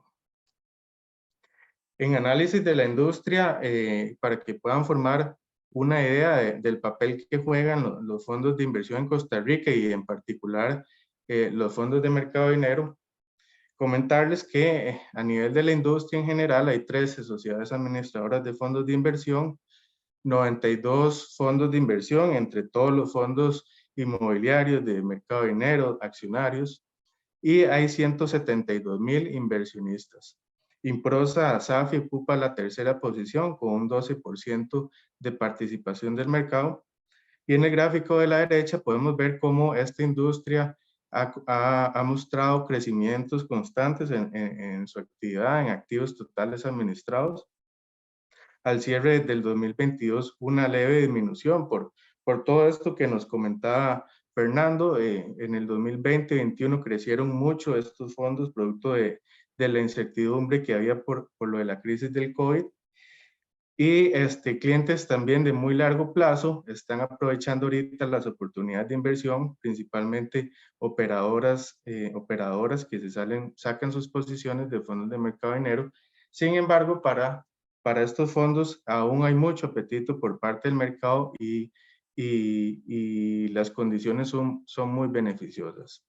Hay 42 fondos de mercado de dinero en la industria y administran $2,648 millones. Hay 147,000 cuentas abiertas y estos fondos de mercado de dinero ocupan la segunda posición en la industria de fondos de inversión, seguidos de los fondos inmobiliarios. Están muy cerca. Como decía, hay mucha demanda, es un instrumento muy apetecido por los inversionistas, los fondos de mercado de dinero, y podemos ver cómo en cantidad de cuentas estos instrumentos siguen creciendo. A hoy, en cantidad de cuentas, representan el 85% del mercado de fondos de inversión. Los rendimientos que estos instrumentos ofrecen del mercado al cierre del 2022 en colones rondaban el 4.69 y en dólares el 2.32, con una comisión promedio del 1.22 en colones y en dólares del 0.65. Nuestras comisiones en colones serán del 1.15 y 0.65 en dólares. Como ven, son comisiones de tasas del mercado. Y pues Fernando ya habló un poco o bastante de la coyuntura económica. Sí, únicamente quiero destacar algunos elementos que son propicios ahorita para que inversionistas puedan invertir en los fondos de mercado de dinero. Como comentaba Fernando, la inflación continúa al alza, sin embargo ya en ciertas economías da señales de moderación. Esto lo que nos dice es que las tasas de interés también se encuentran en su punto más alto posiblemente y empiecen a disminuir. Entonces, en colones, esa tasa de interés que fijó el Banco Central, la tasa de política monetaria, se encuentra desde octubre en un 9%. Ese incremento en la tasa en colones y la apreciación que ha tenido el colón han dado lugar a que exista un premio por ahorrar en colones, lo cual es beneficioso para el fondo en colones. Y el sistema también mantiene una alta liquidez. Aún hay mucha liquidez, lo cual hay espacio para que estos fondos de mercado de dinero sigan creciendo. Todos estos incrementos que se comentaron en tasas en colones y en tasas en dólares son favorables para los fondos de mercado de dinero, pues nos permiten invertir en mejores condiciones de tasas de interés y con ello contribuir a un mejor rendimiento para los inversionistas del fondo. Comentarles acerca de Grupo Financiero Improsa, una historia de éxito de 35 años. Improsa nace en 1986 como una financiera y ahora ya es un grupo financiero. Básicamente está dividido en dos columnas. En la parte de banca comercial se lideran empresas como Banco Improsa, Improsa Servicios Internacionales e Improsa Corredora de Seguros. En la segunda columna tenemos a banca de inversión, en donde se lideran empresas como Improsa Safi, Improsa Valores Puesto Bolsa, Improsa Capital e Improsa Centro de Servicios Compartidos. Grupo Financiero Improsa lo preside doña Marianela Ortuño. Ella es socia fundadora de Grupo Financiero Improsa. En la parte de banca comercial está presidido por don Félix Alpizar y en la parte de banca de inversión bajo el liderazgo de don Jaime Villa. Todos ellos personas con más de 30 años de trayectoria en el mercado financiero. Improsa Safi administra al cierre del 2022 $727 millones en activos y más de 1.897 inversionistas entre sus fondos Gibraltar, Crestones y Fondo 4. Y pues este mes nos incorporamos con los fondos Improcash, colones y dólares. Improsa Valores es nuestra entidad comercializadora. Para aquellos que deseen adquirir participaciones de nuestros fondos de mercado de dinero, pueden contactar a su ejecutivo o a su asistente, quienes les estarán guiando y apoyando en toda la gestión para la apertura y operativa de los fondos de mercado de dinero. De mi parte, eso era todo. Invitarlos a que nos permitan gestionar su liquidez y que juntos podamos alcanzar las metas. Muchas gracias. Gracias, Luis Diego, muy amable. Tal vez para no quitarle muchas gracias y estamos aquí a la orden con este producto, igual con cualquier consulta que requieran sobre la actualización económica e igual alternativas de inversión de Improsa Valores. Tengo dos consultas que nos hicieron a través del chat, que entonces se las voy a formular a Fernando para poder, digamos, son las únicas que nos han hecho. Si alguna otra quiere escribir otra, con mucho gusto, ¿verdad?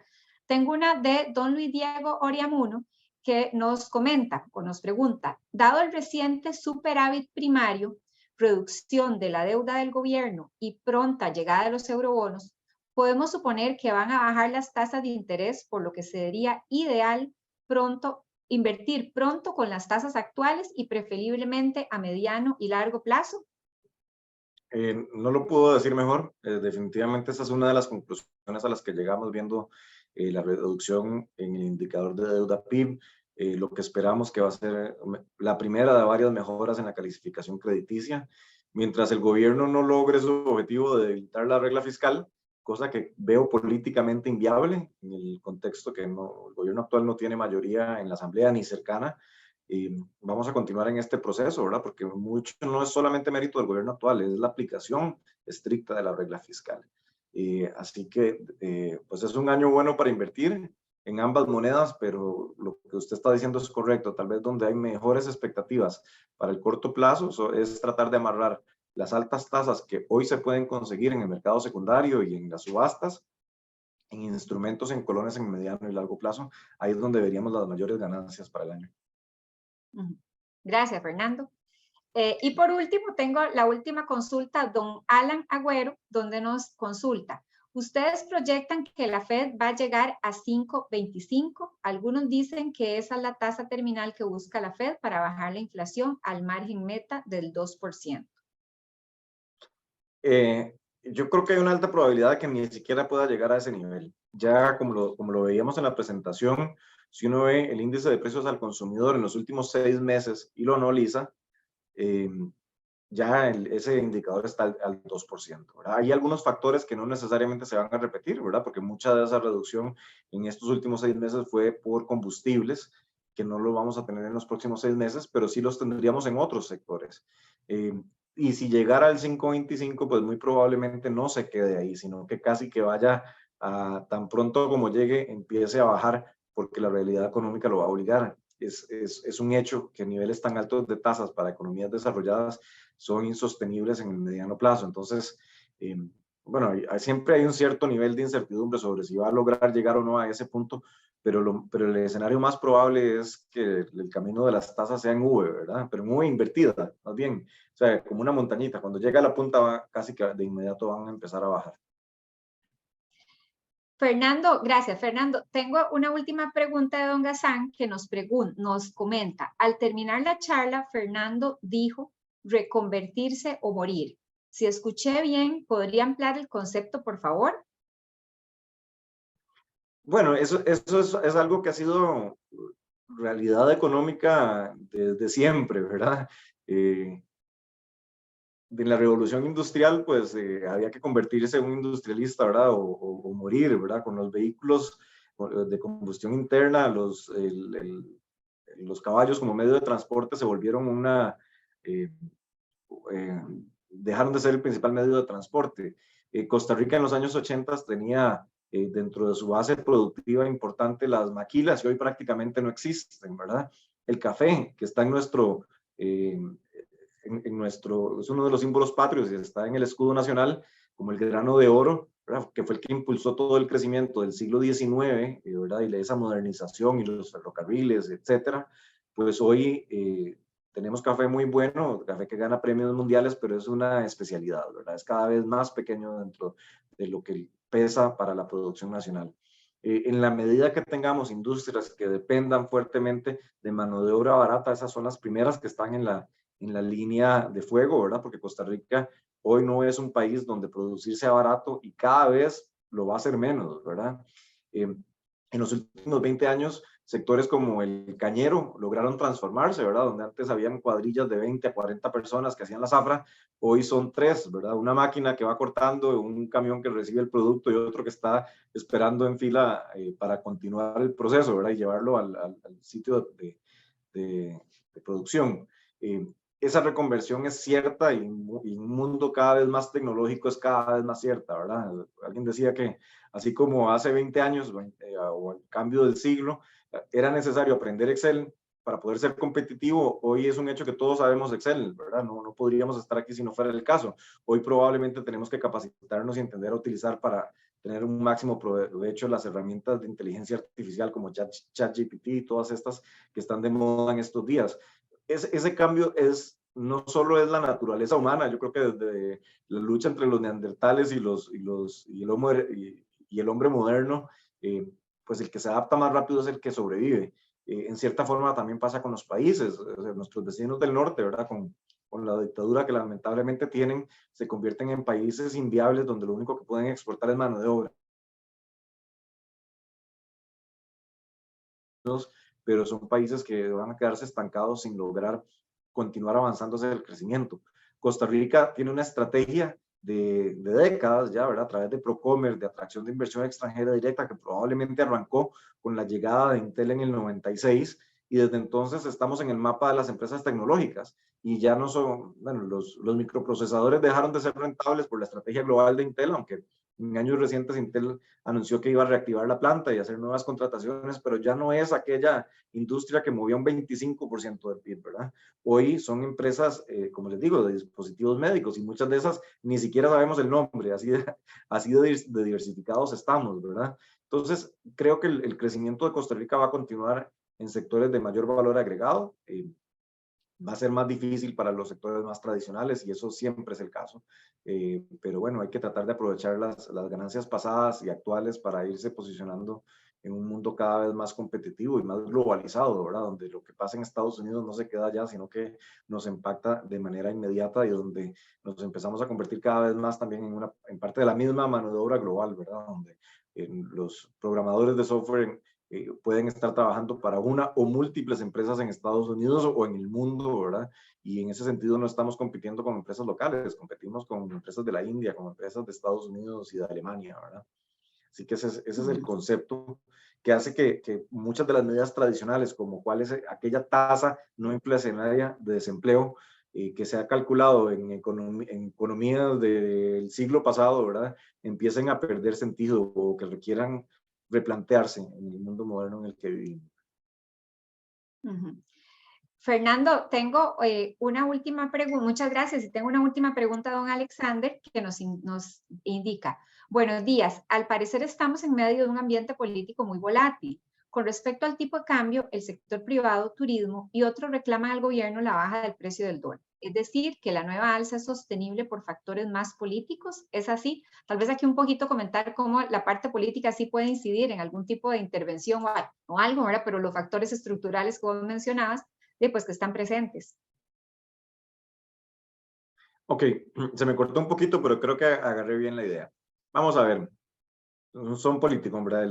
Vivimos en un ambiente político, todas las decisiones, hasta las más técnicas, tienen un trasfondo político, y a veces cuando, por ejemplo, criticábamos al Banco Central, que era excesivamente conservador en el 2021, que en octubre hablaba de que el crecimiento iba a ser 3.8 y resultó siendo 7.8, o sea, falló por 4 puntos. La única explicación, aparte de que tengan modelos muy, muy malos, que podría ser esa, pero la otra explicación es que habían razones de índole político para mandar esa señal. Ellos querían tratar de no zafarle el piso, ¿verdad?, al gobierno, que estaba tratando de impulsar ciertos aumentos de impuestos negociados con el Fondo Monetario Internacional, que no tenían impacto, que no tenían viabilidad política. ¿Por qué digo esto? Porque el tipo de cambio es un precio donde, por más que el Banco Central ha tenido el mismo discurso en los últimos 16, 17 años, y es un discurso que es consistente en el tiempo y es en la práctica comprobable en el campo, ¿verdad?, de que si hay muchos dólares el tipo de cambio va a bajar, si hay pocos dólares el tipo de cambio va a subir.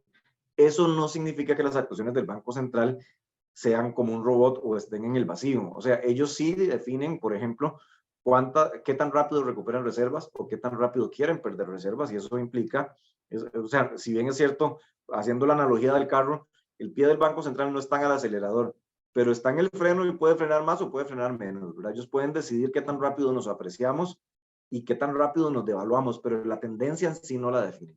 Entonces, en ese contexto, cada cierto tiempo vamos a tener presiones de grupos que en el pasado, y cuando digo en el pasado me estoy hablando de hace más de 16 años, cuando teníamos la época de las mini devaluaciones, se beneficiaban de un sistema que era económicamente ineficiente, ¿verdad? El sistema de las mini devaluaciones, aunque no les guste oírlo, en el fondo generaba una transferencia de riqueza de sectores exportadores, de sectores enfocados en turismo, que recibían una riqueza extraordinaria, y ese dinero no salía de la nada, salía de la masa de trabajadores que les devaluaban sus salarios y su capacidad de compra un poquito todos los días a todo el mundo, ¿verdad? Esos sistemas son inherentemente inestables, son injustos en muchos sentidos, pero además la justificación, que era tratar de generar un crecimiento mayor impulsado por el sector externo, los estudios económicos no lo sustentaban. Más bien, el problema de esas mini devaluaciones es que generaban inflaciones altas. Si ustedes se acuerdan, ese era cuando el país era un país donde las inflaciones difícilmente bajaban del 10%. Y con inflaciones altas veíamos menos demanda de crédito, menos acumulación de capital, menos crecimiento en el largo plazo. O sea, el impuesto no solamente lo pagábamos los trabajadores, sino que lo pagaba el país creciendo menos, producto de ese sistema monetario que teníamos. O sea, las mini devaluaciones no funcionaban. Cuando se sabía que no funcionaban, a finales de los 90, el Banco Central estaba en una dicotomía. Sabía que tenía que abandonar eso, pero solo habían dos opciones, solo existen dos opciones. O nos dolarizábamos, ¿verdad? O íbamos hacia una flotación. La razón para no dolarizarse, pues hay una que es contraintuitiva, y es que en un país dolarizado, pues un montón de empleados del Banco Central pierden su razón de ser, ¿verdad? Porque realmente no se...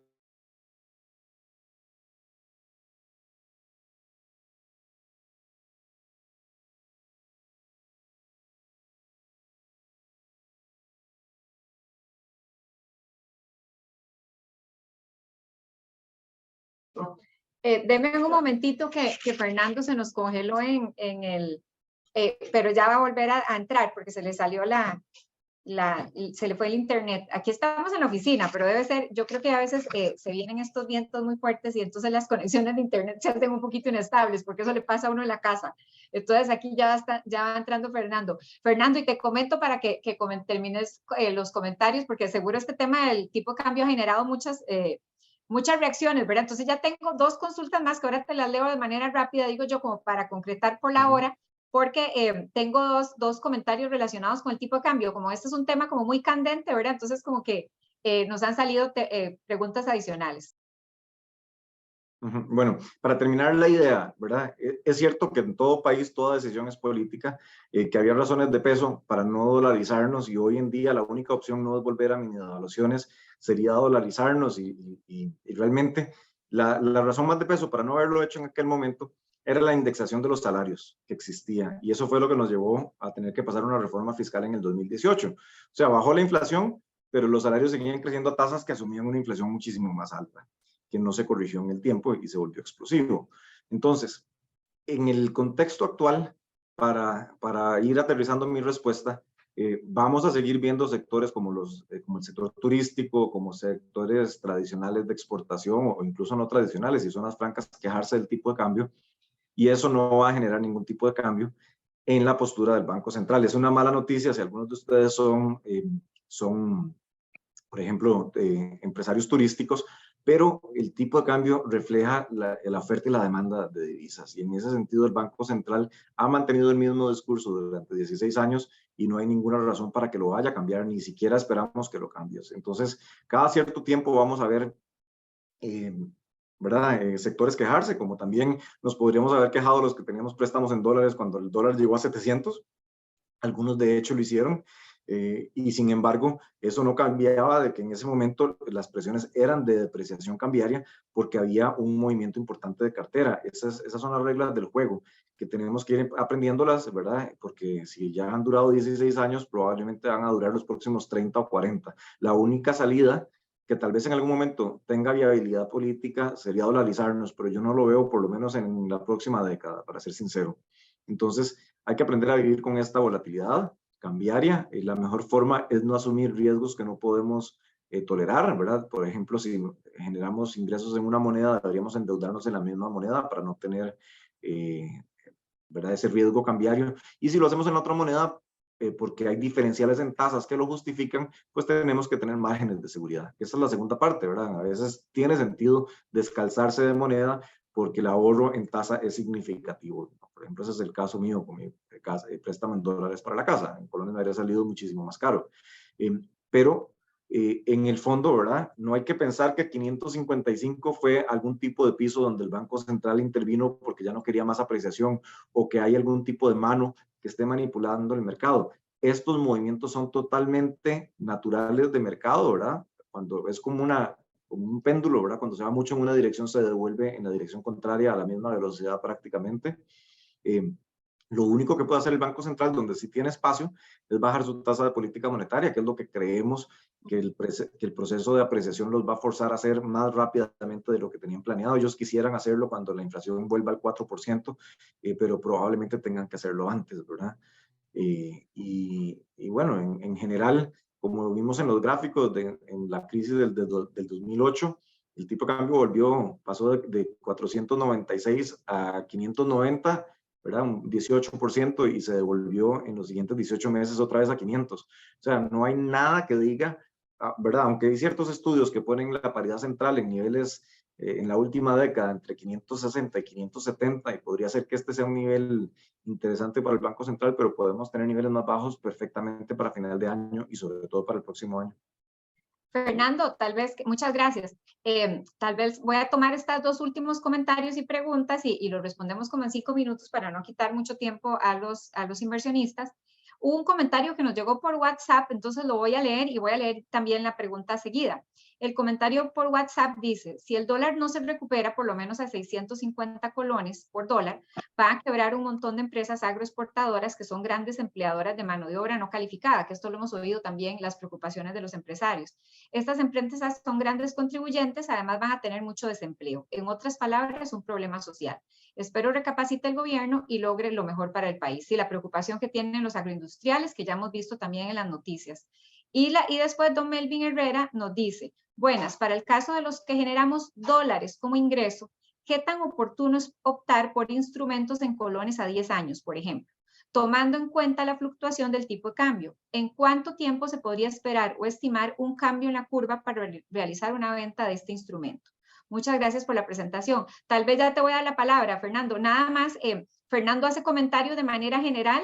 Yo sí les agradezco a los señores inversionistas que después de estos comentarios de Fernando, si quieren alguna recomendación específica, sí contacten al corredor de bolsa que los atiende, porque mucho también depende del perfil de cada uno de ustedes y de la tolerancia al riesgo, ¿verdad? Entonces, a veces lo que puede ser para uno conveniente no es para todos. Entonces, con este disclaimer que acabo de decir, le doy la palabra a Fernando.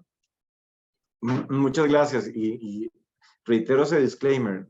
Yo no puedo hacer recomendaciones genéricas, las recomendaciones tienen que ser individualizadas. Ese es el servicio que nosotros damos. Yo con mucho gusto me siento con su corredor y conversamos sobre las necesidades, las características de cada uno de ustedes para poder hacer recomendaciones específicas al caso y a las necesidades, ¿verdad?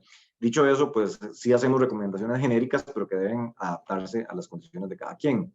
Entonces, empezando por la última, que es un poco más fácil, si usted genera dólares, pues probablemente desde el punto de vista de inversión podría ser que tenga que ver una buena parte de estas ganancias pasar sin necesariamente entrarle. Dicho eso, si usted genera dólares, pero está en este webinar, es muy probable que viva en Costa Rica, aunque podría vivir en otra parte del mundo. Y si vive en Costa Rica, es posible que tenga una parte de sus ingresos que estén en colones, desde la gasolina ¿verdad? Lo que paga en la tarjeta de crédito por ir al súper todos los meses, y uno podría encontrar algún espacio donde existan gastos en colones que pueda ahorrarse el diferencial cambiario que tiene que hacer mes a mes de vender dólares para pagar los colones, que le permitan tener una cierta exposición en colones y aprovecharlo. Este escenario que estamos hablando muy probablemente se dé muy rápido, o sea, que uno compra un bono de 10 años, eso no significa necesariamente que tengo que quedarme 10 años hasta que venza el bono. La idea más bien muchas veces es comprarlo y salirme hacia finales de año para aprovechar una ganancia de capital que es extraordinaria, que no necesariamente se va a repetir el próximo año, ¿verdad?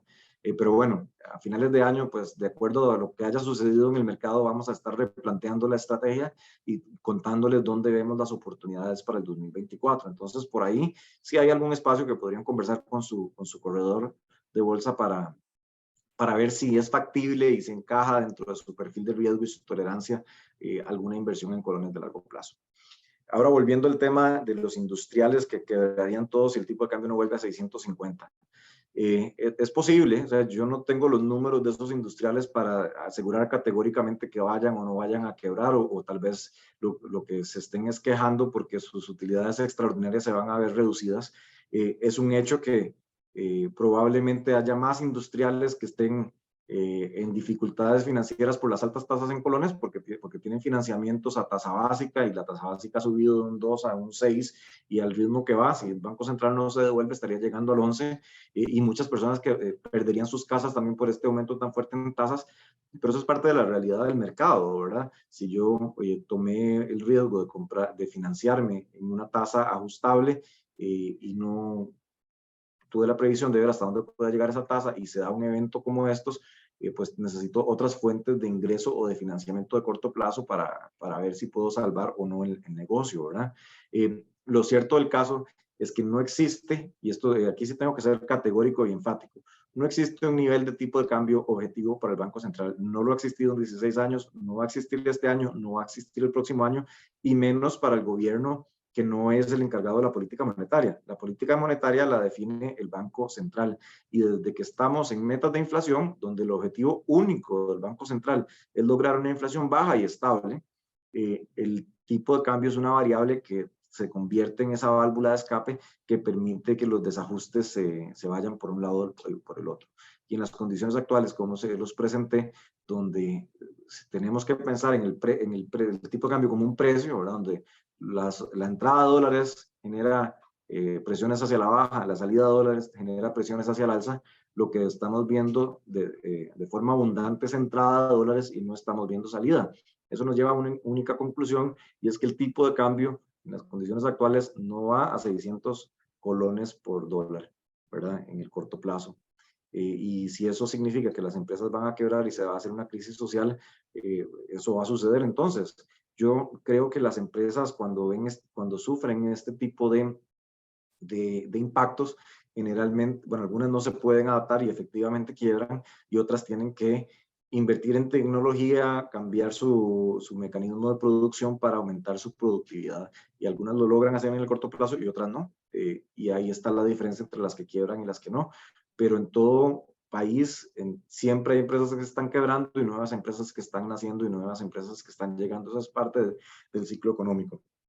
Lo que no es cierto ni compatible con la política monetaria del Banco Central, que es consistente con la que utilizan todos los bancos centrales del mundo, es tratar de tener un tipo de cambio objetivo, sea cual sea, ni 500, ni 700, ni 1000, ni ningún número, ¿verdad? Sino que, o sea, lo más que ellos hacen realmente es tocar el freno, es modular qué tan rápido se mueve en un lugar o en otro, pero la dirección en la que se mueve la determina el mercado. Fernando, y nada más para terminar esto que vos decís aquí, un buen amigo mío, Francisco Bonilla, que ahí estaba en la charla, que fuimos hasta compañeros de la universidad y lo quiero mucho, tiene razón, una observación. ¿Y qué ha pasado con las coberturas, verdad? Porque esa podría haber sido otra manera de cubrirnos todos, porque todos al final nos afectamos de alguna u otra manera. No sé si quieres hacer ya algún comentario de eso final, y ya con esto terminaríamos. Sí, en un mundo ideal, en un país con mucha profundidad y con mucha incertidumbre, las coberturas cambiarias deberían ser el mecanismo predominante para manejar ese riesgo cambiario. Nuestro mundo no es ideal, nuestro país no es profundo, y lo que termina sucediendo es un poco ¿verdad?, ese comportamiento de masas. Cuando el tipo de cambio va para arriba, todo el mundo quiere comprar dólares porque sienten que tiene que ir para arriba, porque, ¿verdad?, proyectan las mini-devaluaciones que murieron hace 16 años como si fuera una realidad. Y cuando va para abajo, sucede lo contrario. Entonces, siempre ha costado en el mercado, y yo he sido parte de varios procesos de tratar de comercializar esas coberturas. Cuando tenemos una tendencia, siempre ha sido difícil encontrar la punta contraria, ¿verdad? A menos que uno la haga sintéticamente, que en ciertos casos se ha hecho. Por el momento entiendo que hay una o dos instituciones en el país que las hacen, pero son caras. Pero ese es el costo, ¿verdad?, de pagar por un seguro, porque en cierta forma hay que verlo como lo que es, como un seguro, como uno paga un seguro contra incendio de la casa, pero espera que la casa nunca se le queme, ¿verdad? Por eso es barato, porque la probabilidad de que se le queme es muy baja.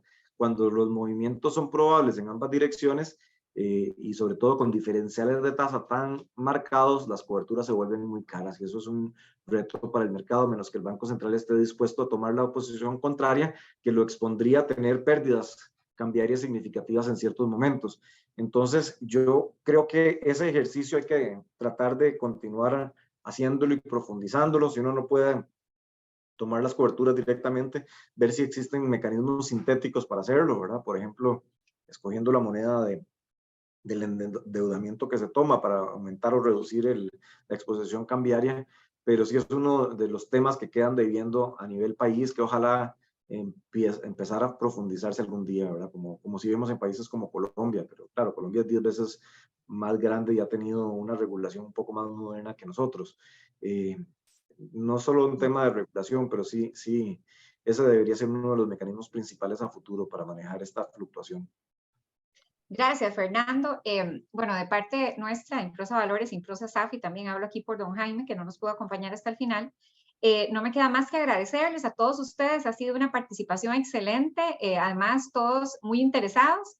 Hay temas polémicos porque estamos en pleno, como del tipo cambio, entonces que despertaron muchas consultas y comentarios. Y estamos para servirles desde Improsa Valores e Improsa SAFI, muy contentos de tenerlos entonces con nosotros y esperamos verlos en la próxima convocatoria. Muchas gracias. Muchas gracias. Hasta luego, muchas gracias, que tengan buen día.